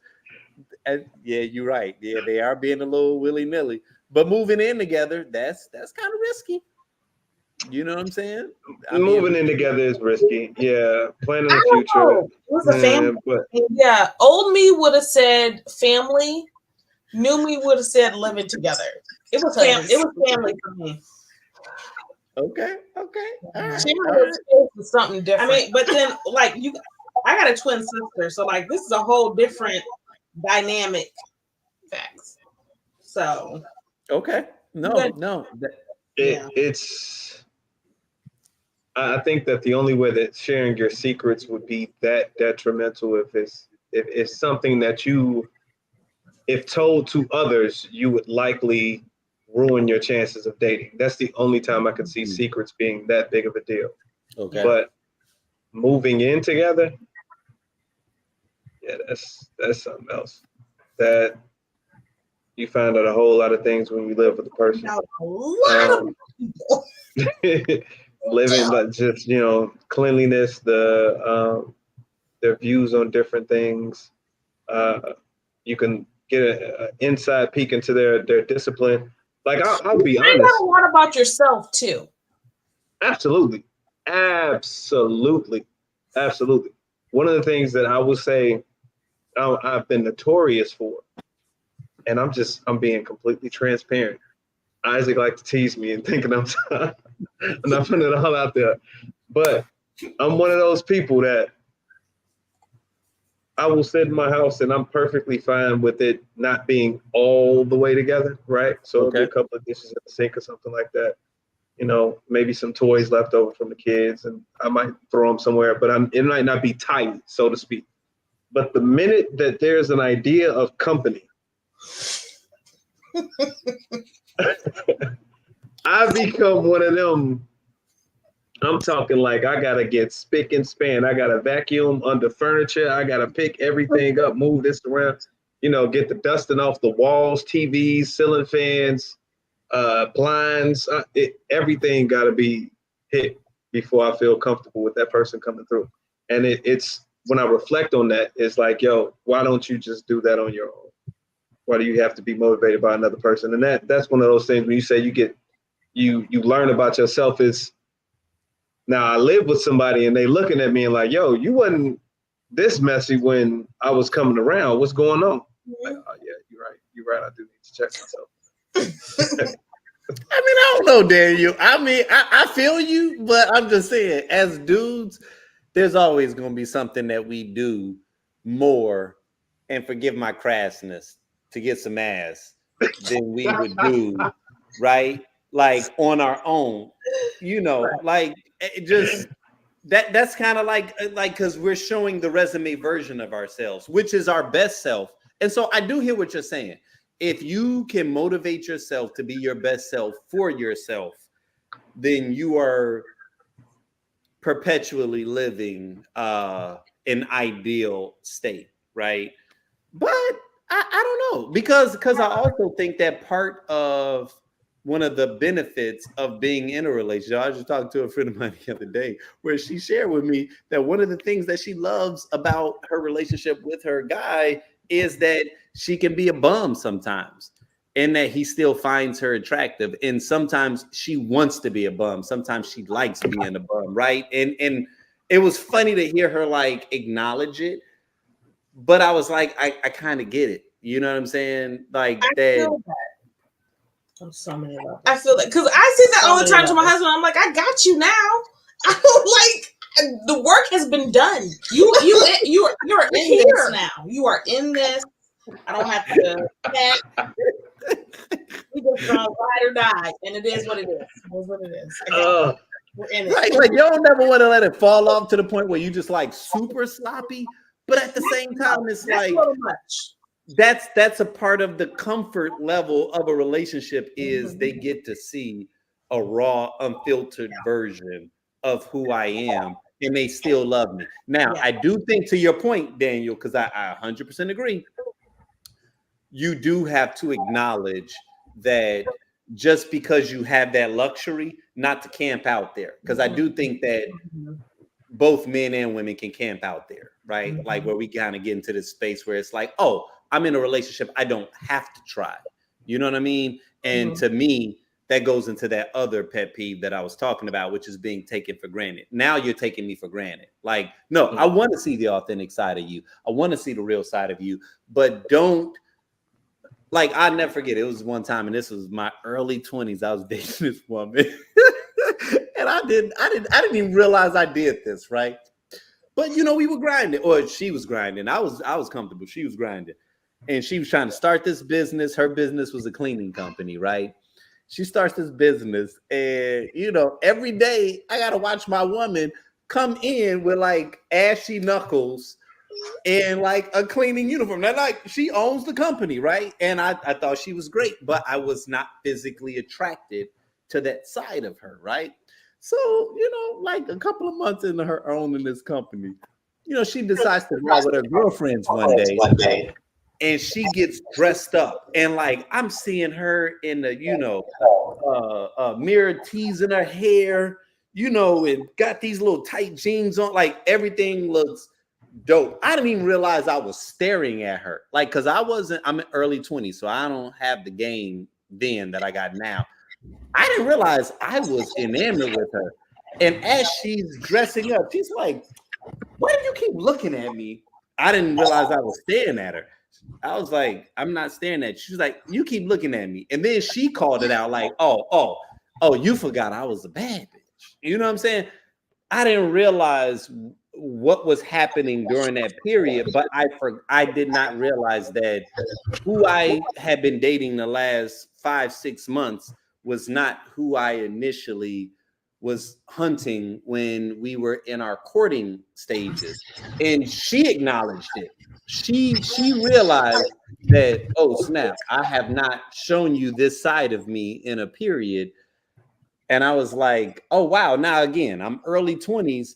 I'm just accepting things as they come. I'm in a relationship, I'm 10 toes down. Like, I'm not thinking, man, you ain't dressing up no more. But it was just fascinating that even she recognized that my response to her was significantly different when she decided to care for this one little period when you going out with your girlfriends, right? Like, and so it's like, we all have to sometimes be cognizant of that, because I do think that we can get lazy in our relationships, and we can lean into that comfort without realizing that, you know, why aren't you putting forth the effort for the people that matter most?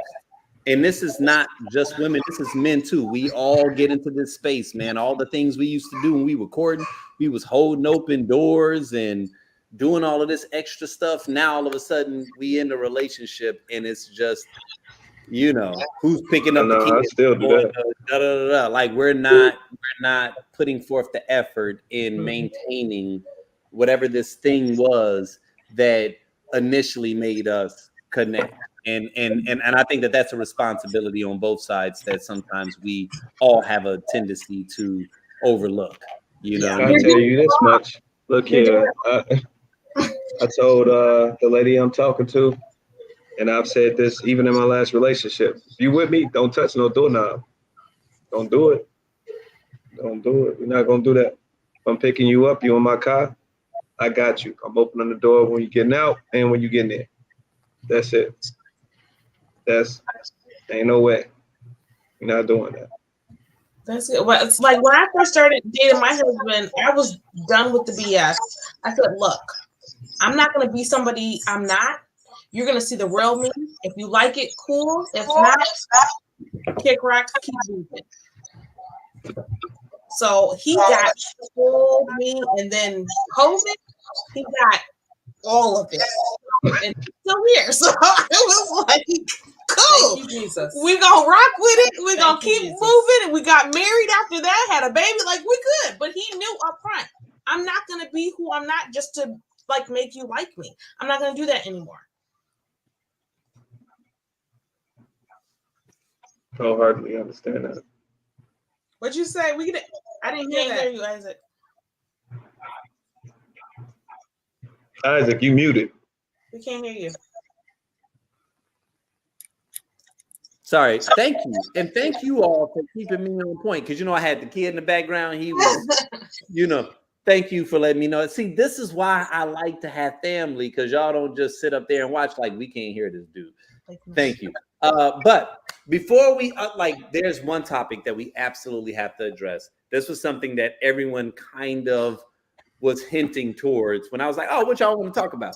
This was something that everybody collectively on some level was speaking about that I felt was essential. And it's this political space that we find ourselves in, right? So we have to at least put a tequila tail spin on it.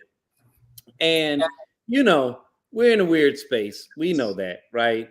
But what I would like to know, and this is even just beyond what side of the fence you find yourself on, or if you're like, the hell with the fence, I'm in another neighborhood, that's fine.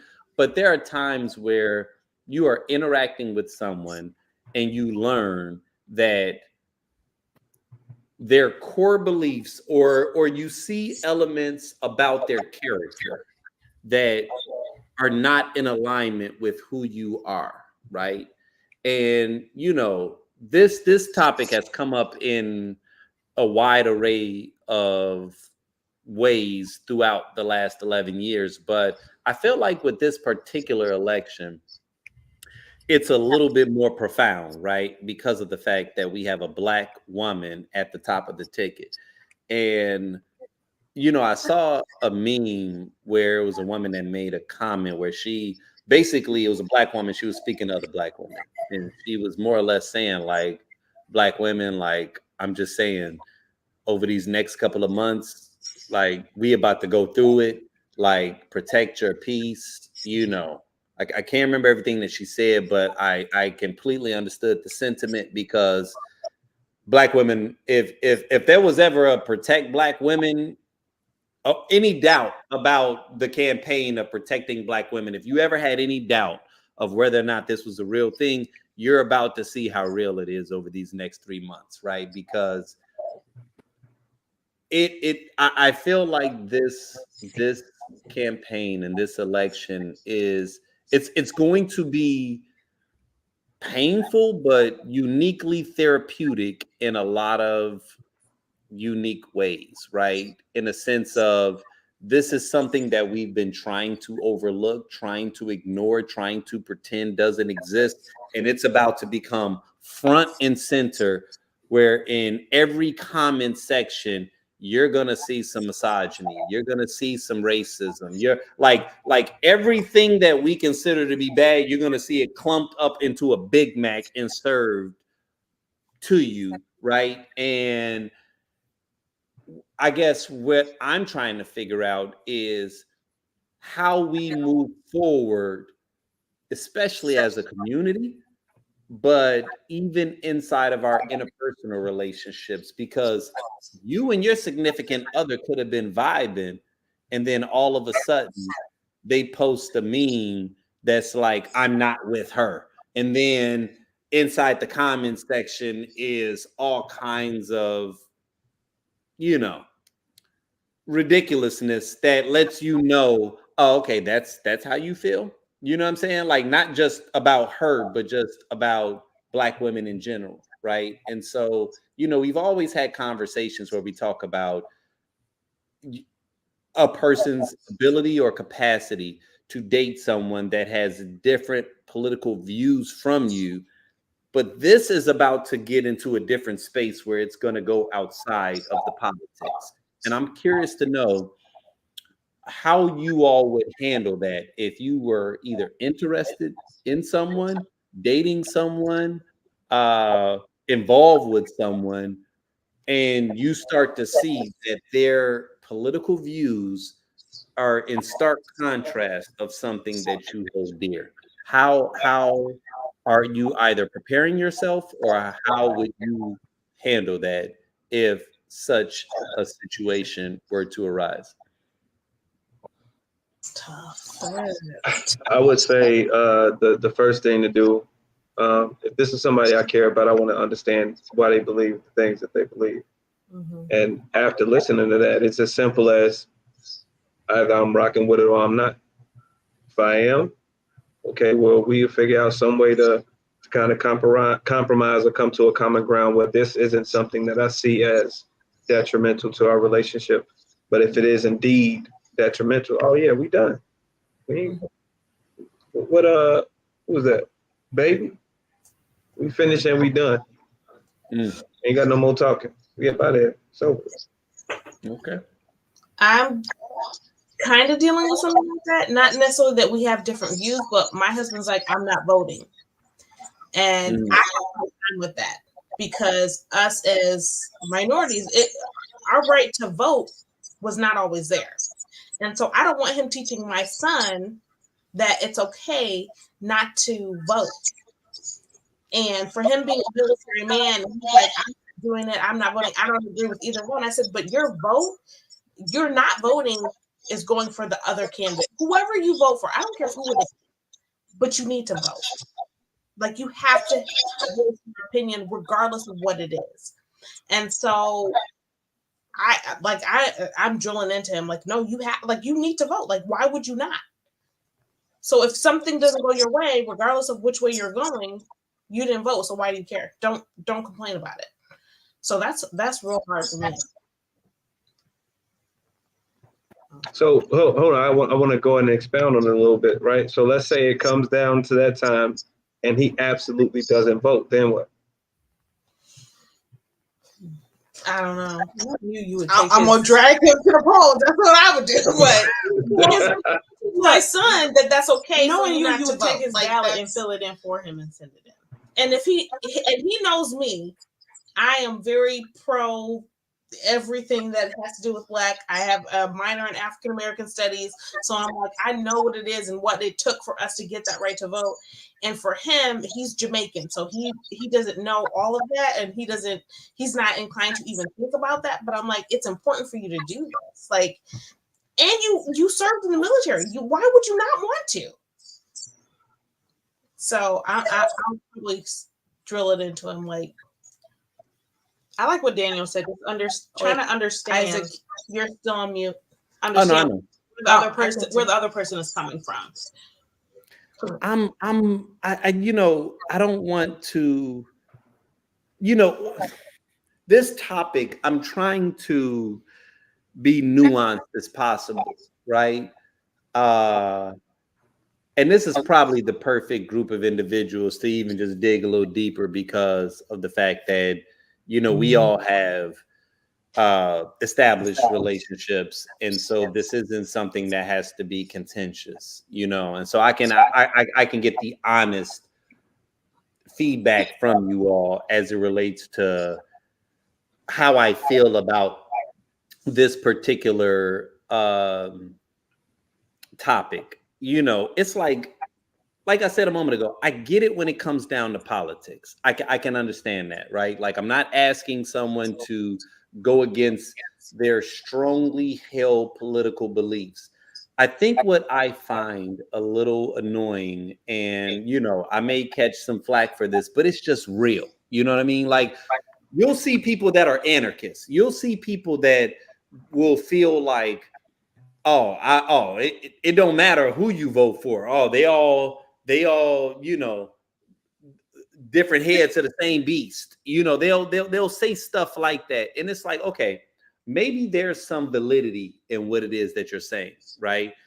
However, if it is just a figurehead, if it is just for show, why would you not want someone that looks like your mother to be in that position, as opposed to someone who probably tried to enslave your mother being in that position? Like if you don't believe that the role really has any power and this is all just theater, okay, I'll sign in, right? Because there are some elements about this process that are theatrical, right?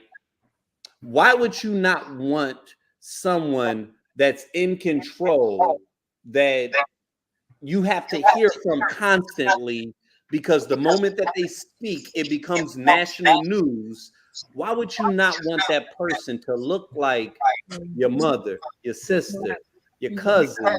Like, what has happened inside of our community where it's become fashionable to hate on what birthed us. You know what I'm saying? Like, and I'm only saying this because it feels like inside of this conversation, it's not even about the politics. Because 2 weeks into Kamala being announced as the front runner, you know, as our candidate, we haven't heard too much about policy. It's all been identity. So it's letting me know when you all say that other BS, really, you just use that as a bait and switch, because really it has nothing to do with the policy. It has everything to do with the optics, right? The entire reason that they're voting for Trump is because of the message that he communicates beyond his rhetoric, right? Like, if you break down what he's saying, it's nonsensical. He's not making sense, right? But we understand the energy that he's conveying. Yes. So what has happened in our society, what has happened in our community, where we are more drawn to the energy that is being compelled by that rhetoric than the energy that is being compelled by an accomplished Black woman? And this is beyond the politics, right? This is beyond well, she was locking up Black men. Like, all right, we're not going to go into the X's and O's because that's slowly being discredited.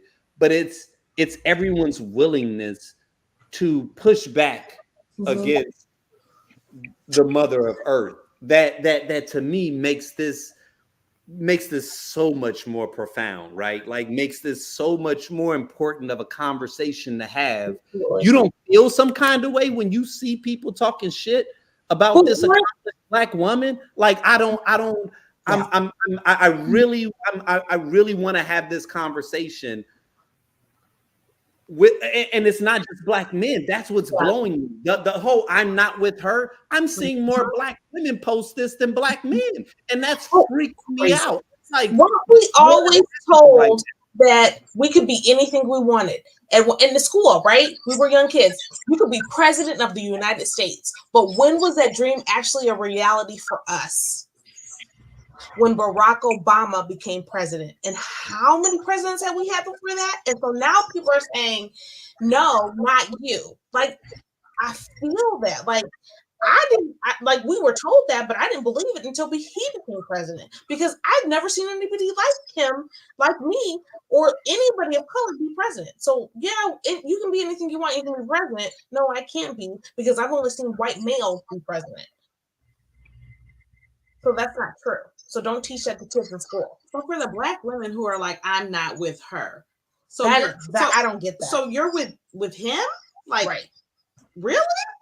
Or I'm with nobody. I don't care. I don't like. So if you're with nobody, then you're with him, because essentially that's what's going to happen. Absolutely. Like, it's crazy. It's crazy. And it is, but I think that's why I brought it up, right? Because I'm not saying that everybody has to agree with 100% the politics behind her, but the moment that we go aside from politics, because it's not like he's talking about his agenda. It's not like he's talking about his political stances. So we all have to acknowledge that at this point, what we're voting for has absolutely nothing to do with politics. This is all optics. This is all about where you see the future of the nation going. And on one hand, you have someone who is competent, like intellectually, you know what I'm saying, that is accomplished. And on another hand, you have someone that has repeated like attempts to get, and our willingness to even lean in it's mind-boggling to me. It really is. But to me, it speaks to the state of our community and the state of our relationships, right? Like, that we're in this weird space where we're not trusting one another, right? Like, we're not, I don't know. I think it's multifaceted, but it's one of those type of conversations where it's like, yo, we got to unpack this, right? Because how long can we continue to sit? Because I'm going to be honest, like, I say stay out of the comments. But then when I see certain comments happen, there comes a point where I'm like, all right, damn the politics, yo, meet me outside, bro, because you saying stuff that ain't got nothing to do with Kamala, right? Like you see, like I know what you're saying, and it's beyond just her. And I'm waiting to see when it's gonna start to affect other black men the way that it's affecting me, right? Like where it's like, nah, all right, now this is a different conversation that we having. And when black men try to be like, no, well, what about her policies, bro? Stop it. Like they're saying DEI higher, right? They ain't even went into her policies, bro. They talking about us. They ain't talking about her. They talking about us. When are you gonna realize that this ain't something for us to stand on the fence about? You know what I'm saying? Like they're talking about our community and they're using you as a pawn. So as woke as you want to be, as much as you want to be an independent thinker and a contrarian, nigga, you in the same space that they want you to be in. Like you're not independent thinker. They're playing you like a fiddle. Like and they've been doing it for hundreds of years. It goes back to Jim Crow and all of that, and they've been playing us for years, playing us against each other for years. And like I said, I want to have these conversations with people because I get it. Like, yeah, don't just throw up Project 2025 and just think that automatically we all going like lump in. Like, I get it. I got a lot of brothers that are independent thinkers and we're having these conversations, but I'm just like, okay, at this point, even if we do think it's a charade, why is it that when it comes to the community circling the wagons, why are they much more willing to circle their wagons around their community than us? You know what I'm saying? Like that's one of those conversations that I'm like, I want to have a conversation beyond politics, because if you think that everything is BS, then I don't understand. Then what's the holdup, right? If it's all about the optics, why would you not want a black woman to hold that position? Right. Than a dude that would do everything in his power to see to it that you did not get in that position. Like I really want to have this conversation collectively with black women and black men, because again, this ain't just a black man issue. This is something that collectively I'm seeing a lot of people, like it's almost like it's fashionable to be against something, right? As opposed to being for something. Like, you know, and so yeah, that was like I said, it was a lot of people that was sending in messages that were just like, yo, oh man, the political space. Oh, we want to talk about Kamala. And I'm like, that's not really what Tequila Tales is. But at the same time, we are talking about relationships. And I do feel like a part of what we're watching play out is our relationship state playing out in real time in political form. You know what I mean? Because this isn't even a heavy lift to me. This doesn't even seem like something that I have to think about, right? Like they didn't even make it complicated, where they actually propped up a legitimate candidate where I was like, well, I kind of do like what he stands on. Like, why are we having this conversation right now? You know what I'm saying? If we're not talking about black pain. So that's why I'm like, over the next 3 months, man, this ain't just about black women having to be careful with, like, you know, accepting the arrows that's coming from all these different places. It's all of us having to be prepared to have some very difficult conversations. And it's not going to do anything but amplify until we get to November, right? Because I'm telling you, man, like that side of the fence is unraveling. And they are throwing spaghetti against the wall to see if it sticks so that they can maintain their base. And don't be surprised if you hear a couple of M-bombs being dropped on the campaign trail between now and the November election. That's all I'm saying. Taking black jobs, so I mean. Right. People wanted us to talk about that, like what we felt about the black journalists, the and that interview and I was telling Casey earlier, I was just like, why would I talk about, like, he did nothing that I didn't know he was gonna do. You know, like he can't surprise me anymore. Like, why are we still keyed into the circus? You know what I mean? Like, why are we giving credence to I don't even understand why it's an election. I don't even understand You know what I mean? Like I feel like I'm living in a post 2020 warp space where up is down, left is right, cats and dogs are living together. You know what I mean? Like, I don't know. So I just wanted to get you all's feedback because I do think that there is something that's more profound that's not being spoken about that our community is going to have to deal with, regardless of who wins the election, right? This is something that we have to address, right? Like, there is a significant splintering between men and women inside of our community, maybe all communities, but specifically with our communities, right? Like we got some work to do. Yeah. I mean, I'm just kind of looking at things from what I would believe to be an objective stance, in that in so many areas of our community is division, right? If you go down to the bare bones, break down the church, how many denominations do we have in Christianity? Can you just throw a number out there? It's at least like 8 that I can At least name on my own. At least 8 off the top of your head. But with those 8 comes a level of divisiveness around it. So you got people that take that and say, you know what, this is what I believe, and if you're not rocking with that, then boom, I'm done with you. And I think that is the biggest issue that a lot of us face. There cannot be any difference in opinion. And if there is, I hate you, I don't want to deal with you, I don't want to associate with you, and da da da. I was out on my date with the young lady I was talking about earlier. We went out to this bar, I can't remember, Fat Pour. Before we went to this little show, we went to Fat Pour to get something to eat. And while we were sitting down, I don't know what that culture was, but I saw a line of cars just driving with the flags on their cars, people sitting on the roofs, they rooting, they yelling, they hollering and all that. And I said to her, I was like, you think the police have to pull them over while they sitting on the car? Nah, I don't think that's gonna happen. I said, why you think that? I said, well, I mean, considering how many of them it is, the unity around them is probably going to deter the police. And I thought that was an interesting perspective.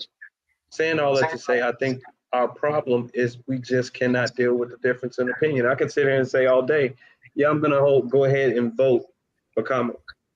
And then I'm going to have a bunch of people hating me. I can say I'm going to vote for Trump. I'm going to have a bunch of people hating me. I can say I ain't going to vote for nobody. I have a bunch of people hating me. You know, there is such, I hate the division. That's it, man. I really hate the division. That's my point. I do miss that period where we did just get an opportunity to vibe with a person without knowing every specific viewpoint that they had. You know what I mean? Like, you just at a bar and y'all are vibing. And I feel like somewhere in the back of my mind now, you got to question, man, like, you know, who you supporting? Like, where you know what I mean? Like, that's almost become a part, like, it's colored everything. I remember back in the day, they used to say, never discuss religion and politics when you're in shared company, because we knew that these were divisive issues. And now, and I think that that's a social media thing, right? Like, back in the day, we did not want discord. We didn't want division, but social media understands that creates like engaging content. And so they sow division and discontent because that's going to keep us tapped in to this, you know, process. And it gets frustrating. And I do think that is starting to erode the very nature of how we connect with one another. You know what I'm saying? And we might have I disagree a little bit, but they feel profound sometimes when you're supporting people that you don't agree with.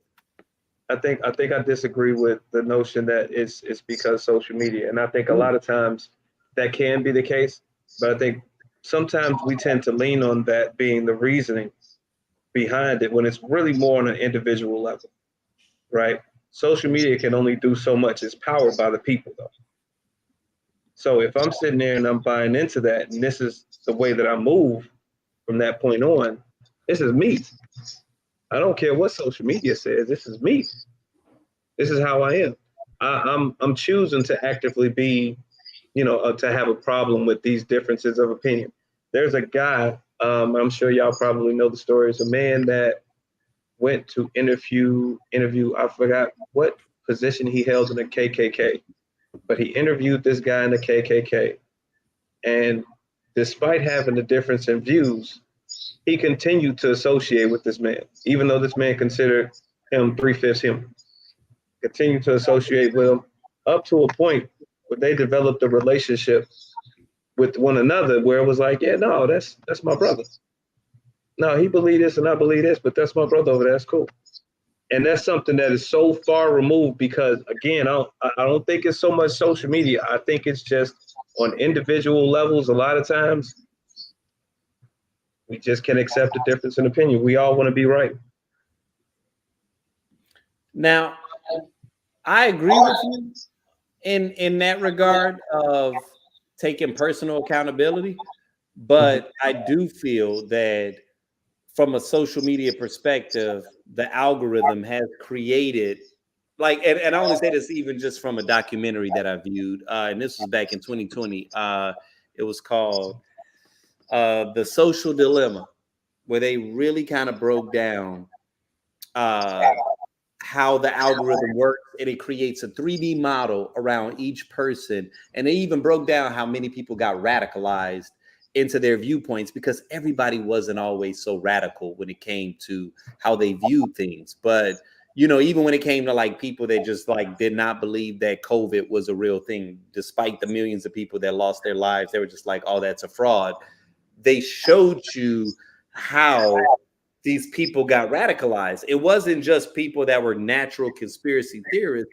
There was a train of thinking, right? It was like, oh, if you're health conscious, you're probably really into holistic methods of healing. You're probably also really into like vitamins. You probably really also don't like taking a lot of medicine. And then you'll probably also like this. And then you start reading that content. And then when they realize from all the cookies and the whole nine that you're tapped into that, oh, well, you'll probably also like this. You'll probably also like this. And then you'll probably also like this. And before you know it, you're on this island where you're like, oh, yeah, viruses ain't real. The hell with vaccinations. Polio was fake. You know what I'm saying? Like, forget Fauci. Like, and it's like, these were not independent thoughts that you came to on your own. This was the algorithm that was feeding you content and feeding you, articles that ultimately gradually affected the way that you think about things, right? And the thing that we know, and I hate to admit it, artificial intelligence is smarter than human intelligence because it's just faster, it's more powerful, right? I don't think it's better. I just think it's faster and more powerful. It knows how to shift individuals' habits. And I think that that's a part of what ends up occurring. Like, for instance, I said at the beginning of this conversation about the comment section, us staying out of the comment section. I mean, we had a conversation a while back where I was like, yo, it's starting to make me question. You know how sometimes we'll rush to the comment section and the first 5 comments are absurd and you're just like, oh my God. And it's pissing you off because it feels so diametrically opposed to how it is that you feel. I'm starting to question, is that really the most popular comment? Or is that just what the algorithm knew that if I put this comment to the top, that's what most people are going to tap into, right? Like, okay, when I put something sensible at the top, people read 2 comments and then they go away. But if I put absurd comments for the first 12 to 20 comments, people keep scrolling, right? It enhances engagement. That's what the algorithm cares about. It doesn't care about what you actually feel. It cares about keeping you engaged. And if what keeps us engaged is absurdity, then the algorithm feeds into that because that's the purpose of the algorithm. So that's the only reason why I push back against that and saying that I don't just think that it's individuals on their own making this decision. I think that we are being led by artificial means to have these reactions. and we don't have enough people out there that's challenging the status quo in a legitimate way, right? And that is what I care about, even as it relates to our relationships, because I see the bullshit that trends online. Like, don't go to the Cheesecake Factory. You can't take a person on the cheesecake. We talked about this, but that was a skit. That was somebody that made that so that they can trend, but yet it might affect how people are showing up in their day-to-day dating lives, right? So wait. That's good for clicks and views ain't necessarily good for, your relationship. Wait, you mean it's because, I detached from social media for a time. You mean to tell me the lady in the car with the guy was a skit? That was a skit. That was a skit. She was a content creator. That was not real. And she even came back, and she came back and said it was a skit while it was trending because she was getting so much hate. But she was finally like, F it, I'm gonna just ride the wave. Like it was internet. As absurd as it was a skit, bro. And so I'm saying, like, think about how that skit controlled the narrative of Black dating for like 2-3 months. And then, but the lie is much louder than the truth, right? So I found out it was a skit, but I guarantee you that 95% of the people that still feel like, man, I can't even date these Black women because you can't even take them to the Cheesecake Factory. It was a skit, bro. Shorty that wants to date you is willing to accept your broke ass, but you busy believing a skit that was put out there for likes and clicks and views. And that's what I be telling people when they be like, oh, that's just social media. It's not real. I'm like, no, it has real life residue, because if you think it's real, then you carry it into your real life interactions. So when I meet Keisha and she really want to date me for real, I'm thinking, this old stuck up ass broad. She, okay, you a lawyer, so you probably don't like where I want to take you. I gotta spend $500, and she like, bro, we can go to Starbucks. But you didn't know that because you're taking all your cues from popping the balloon and things that are put out there to get your reaction, but it ain't real though. It's not real. And I'm all down for the entertainment. I actually like Pop the Balloon. I think that shit is entertaining. It's enjoyable. I enjoy it. But I'm like, if I'm single and I'm dating and I'm hearing this stuff, because I know one of the guys that was on the show, apparently they filmed down here in Phoenix. He let me know, oh man, yeah, man, we was all lit, man. They had us drinking, they had us, So I'm like, okay. So even what I'm seeing has been augmented a little bit, and not to throw shade at them, right? Because what they're doing is brilliant. And I'm seeing other people do parodies like, yo, get your money, run with it. The only time I have pushback is when it stops people that are legitimately looking for qualitative relationships from finding that, because they're taking these cues from social media and they're thinking that it's real. You know what I'm saying? Like, they don't know it's fake. They think it's real. And so they're bringing it into the real world, and that's affecting how we relate to one another. I'm telling you, man, there's so much about this shit that's fake, dog. Like, don't get me on my soapbox, because I've already been holding y'all up. Listen, I'm sorry. Listen, I sent y'all an email and I told y'all we was gonna keep it. So I'm gonna pull it back in. Listen, y'all. As we close, I want to first and foremost tell y'all how special it was that the 5 that showed up, or the 4, 1, 2, 3, 4, the 4 that showed up, right? Because I've had quite a few people that took these slots. Some people had some technical difficulties. I get it. Other people, I think people don't read nowadays. And I think that they thought that this was like an in-person thing. I don't know. I made it very clear. Whatever. We're working it out. Thank y'all for participating, right? And the fact that it's the 4 of you guys, this is kind of like a reunion. Like, so it makes me feel good. You know what I'm saying? And I've enjoyed this discourse. I want to give all of you all an opportunity to just kind of leave us with your final words, right? Because I think that this is significant, you know what I'm saying? And just, and it don't have to be on anything that we talked about, just something that you want to leave the people with. I can start off. So if you are afraid of getting your feelings hurt, if you are afraid of getting things wrong in relationships, if you're afraid of choosing the wrong person, things not working out, so much so that you are busy taking millions of precautions. Oh, well, okay, well, let me just take my time. I don't know. Before I go and give that person this, I don't want to, just don't date. Just don't date. Um, I think that dating is a risk, and you have to understand that that is a risk you take with your heart. With any type of investment, it's a risk. So when you get out there, give it your all. And if that person is not receptive to that, that is their loss. You gave it the best that you could. But if you're getting out here and you talking about, man, I don't know yet, so I'm gonna hold up, just leave people alone. I appreciate that, brother. All right. Anybody else? I will say once you enclose yourself in a box and only focus on these expectations, you limit yourself to the possibilities that you could have. So you need to step outside that box, because there's greatness and there's possibilities and there's amazing things outside of there that you may have missed out on. And I'll add, just don't focus on superficial things, because that's, in the long run, that's not what is important. So focus on what you want out of life, and think about those things instead of superficial things that are not going to matter.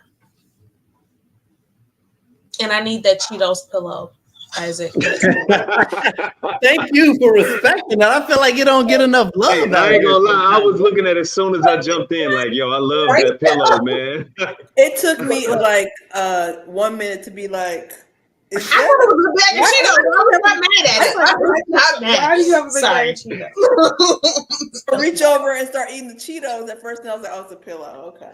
Like, look. We gotta have some low key ghetto-ish in the background, right? Like, it's comfortable too. My son loves it, even though he can't eat it yet. But one of these days, we'll bond over hot Cheetos. No, hot crunchy curls. Right. Kathy, any final words? Any parting thoughts? Yes. You know what? I think even as somebody who's single, you have to really have hope and believe that there are good people out there and that good people are looking for good people. I know it sometimes feels like everybody, like, what do they say, that the dating pool is a swamp, but you have to really sometimes believe that you can find a diamond in the rough. And really, you only need to find one good person. It's not like you need to have 50. If you can find one good person in the swamp, you're all set. Can I add a little bit to that? Look, if you consider yourself one of them good people, trust and believe there's another one out there. Trust and believe it. That's it. Like, you are in the dating pool and you're the diamond in the rough. There's another one in there. You're not alone.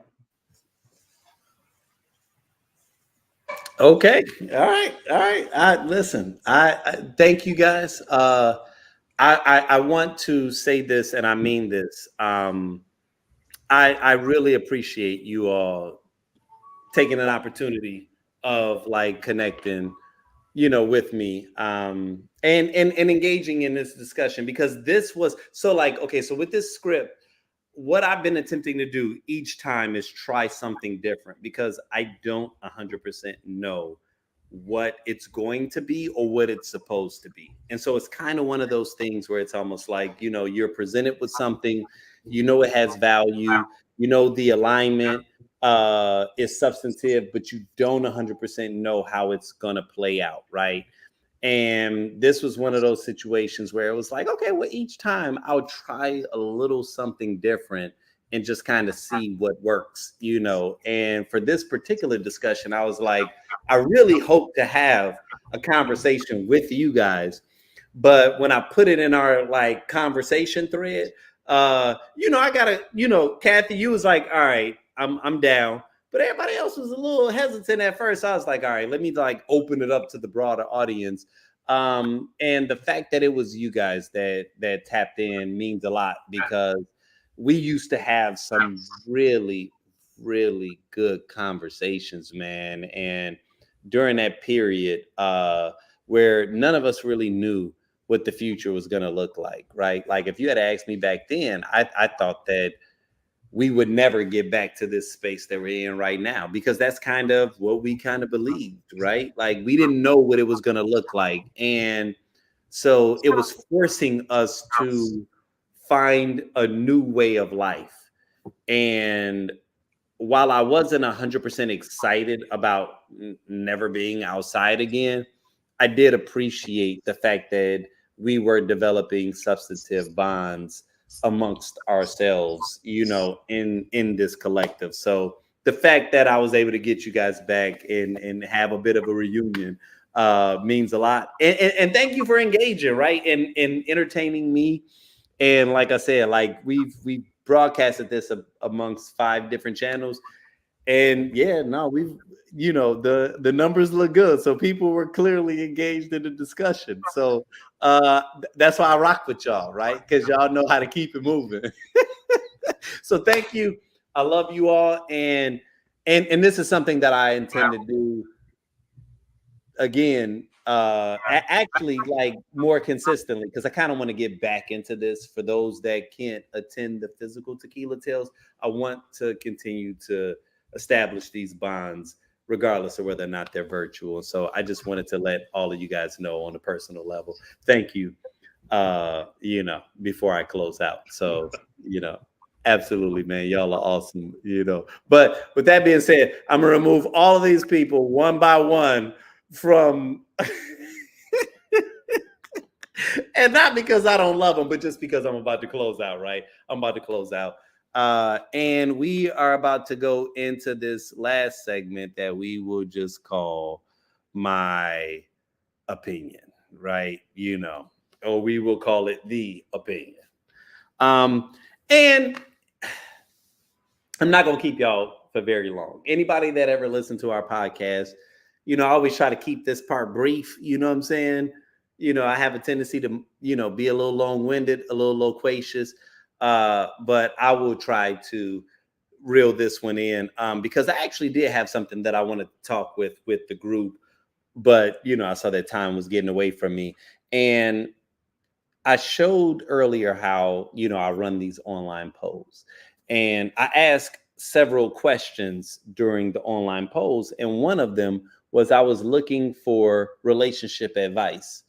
Because I always felt like, okay, we're talking about, I think the last event was called The Luck of the Draw. And I always feel like it's good to get feedback from real life people that are actively involved in the space. Like, that's why I say we're not a panel discussion. It's not just what I want to tell you. It's, no, you have value, right? Like your thoughts, your beliefs, your experiences yield value. And so that's what I try to pull from. And so I always ask people, like, what's a bit of relationship advice that stuck with you? And this was what we were left with, right? And so I thought that it was important. This is what people consider to be solid gold. We had, don't be closed to something new. It may be just what you need. Don't waste time. If you see red flags early, don't wait to see if they change. Trust your intuition. Chaos is a ladder. Okay, that's deep. I kind of wish that I could dig a little bit deeper into that because I don't 100% know what that means, but it just sounds deep. I might have to put that in Chat GPT. Like, just put in chaos as a ladder and see what it is they got to say. Stop dating potential. I know you should absolutely date potential, but I get it if you get to a certain point and you had a couple of potential picks and it just wasn't working out. I get it. When you know, you know. Okay, that's real. That's kind of like the trust your intuition one. When you've given your all and you haven't received at least half in return, it's time to go. Okay, that's a bar. Be the person you want in life. Ooh, I love that. CC's consideration. CC's consideration, communication. No relationship can work without it. Okay. All right. I like that. That's solid. And then this was one other one. I'm gonna just pop this up because, like I said, we we have a lively group of people. And the cool thing about Phoenix is that, it's a broad spectrum of people. Like, it's not just Phoenicians that's in that room. It's people from Chicago, New York, LA, Charlotte, Miami. It's a lot of transients here. I asked the question, like, what was the key to turning a streak of bad luck in dating into a winning streak? I thought this was actually some good advice. And so I kind of wanted to also share this, right? Just to leave on a good note. Stack good days and experiences, consciously making the effort to be constant and to be in a constant dating phase. Take a chance, get out of the house. Focus on what you've learned. Dating with intention, therapy, and positive communication practice. Learning to prioritize yourself and loving yourself again. Be yourself. Be patient with yourself and date yourself. And just positive thinking, right? And so one of the reasons that I wanted to kind of end on that note is because, I know sometimes when we have these conversations, it can always appear like, oh man, see, that's why I don't tap into that relationship stuff, because it just feels like it's a bunch of people complaining, and I even had a guy at one of our earlier events that was, went on this whole theatrical presentation. Really, he was trying to holler at a woman, but he kind of went into this whole space of, why are we still having these conversations in 2024? And it's like, bro, because it's not going anywhere, right? Like, since the beginning of time, politics can change, sports can change, like the industry that you're earning revenue can change. But the one thing that doesn't is men and women and how we relate to one another. So, the topic isn't going away. It may shift. There may be nuances, there may be augmentations, but the reality of it is that each generation needs to kind of tap in and to feed into this space. And so, I don't just see this as entertainment.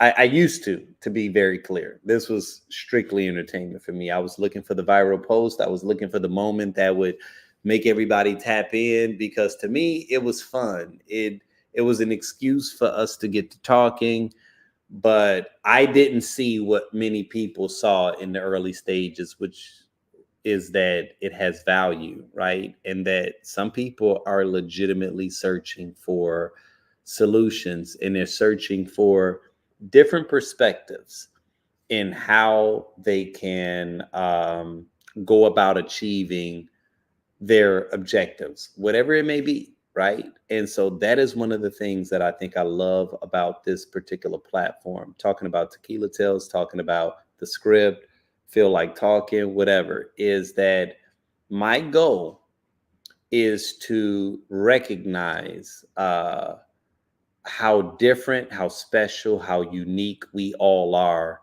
and acknowledge that it's going to take something different to compel us. It's going to take something different. Like, we're all searching for something different. And just because you don't fit into this box, just because you don't fit into the parameters of what your friends think look like success, what your family thinks looks like success, does not mean that it's not a possibility for you, does not mean that you can't achieve whatever that thing is.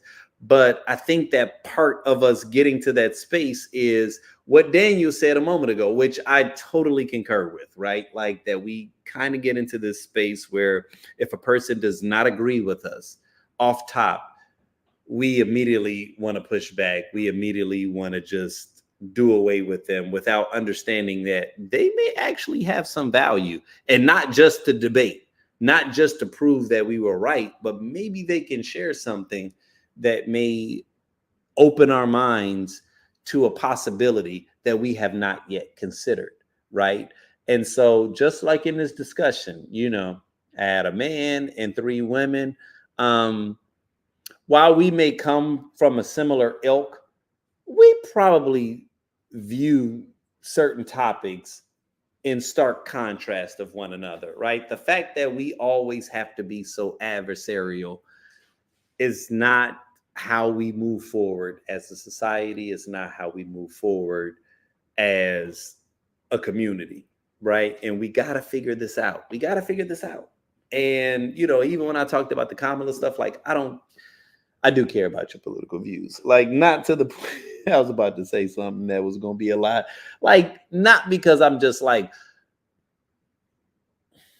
I'm not even going to go into the specifics. I don't like this space we're in where I feel like people are not being genuine, where they're not being authentic.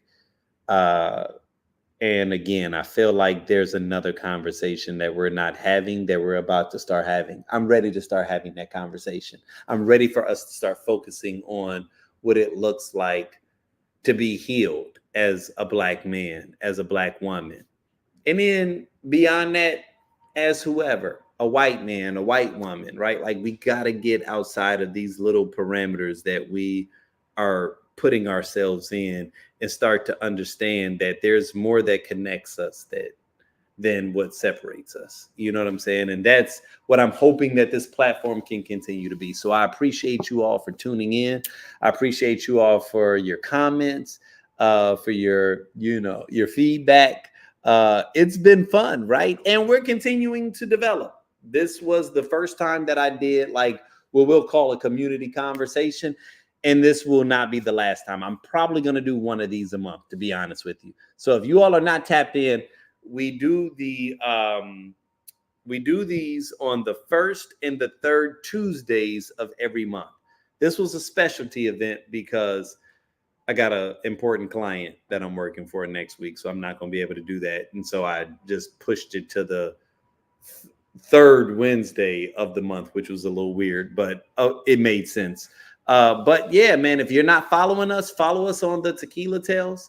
If you're not following blackdoctor.org, follow blackdoctor.org, like, and get yourself checked up. I know we all feel good. We all feel healthy, but things can turn on a dime, right? And you're probably going to want a physician that can hear you. Maybe you don't know what that means, but some of you all do, right? Where you're telling them something and it seems like they're not 100% believing you.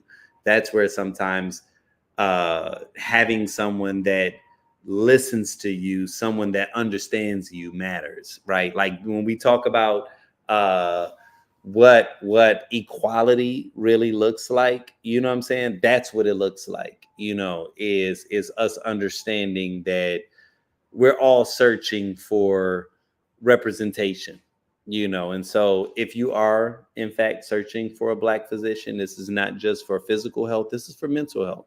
There's a lot of people that are going through stuff, man, and they are not talking to people.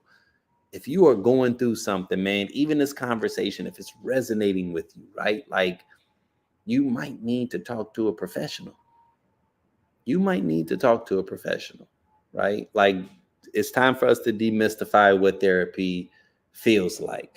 You're not crazy if you're talking to a therapist. My wife had a therapist for several months, and she may talk to one soon, even though, you know, I tell her everything that she needs to know. But she might want to talk to somebody outside of me, which I understand, right? Like, sometimes you need that. Sometimes you need someone other than the homies. Sometimes you need someone other than your girls. Sometimes they give you good feedback, and sometimes they are not professionals and they are not actively listening. They're just projecting their fears onto you. You need to talk to someone that has studied this. You need to talk to someone that knows what it is that they're talking about, that can actually lead you towards finding whatever solution it is that you're in search of, right? So like, definitely plug in with blackdoctor.org and definitely speak to a mental health professional if you feel like that's what you need. But with that being said, until the next time, you guys, I appreciate you. I love you guys. And man, any feedback, good, bad, negative, man, send it to me. I ain't saying I'm going to incorporate it because sometimes y'all suggestions be a little cray, but I listen. I do listen because I do think that it has value, right? And this is something that we're going to continue to grow. I want to pull more of you all into the conversation. So to all of y'all that was supposed to be a part of this conversation that flaked, I don't know what that is. I ain't going to put y'all on the red list this go round, but just know there's consequences and repercussions moving forward. right? If you take a slot from someone and you don't show up, all right. What did my man Fat Joe say? Man, yesterday's price ain't today's price. Don't mess around and find out is all I'm saying, right? You know what I'm saying? When you want to connect up, right? Because everybody that you saw on the conversation today, they're a part of what we consider to be like our loyals, like they're grandfathered in. So anytime they want to hop into a conversation, I'm gonna love it. But I want to pull more of y'all in. If you enjoyed this conversation, you're like, ooh, I got something I want to add, man, send me an email. Click on one of the links. We're gonna have another one probably in another 2 weeks, right? So with that being said, thank you, and until the next time.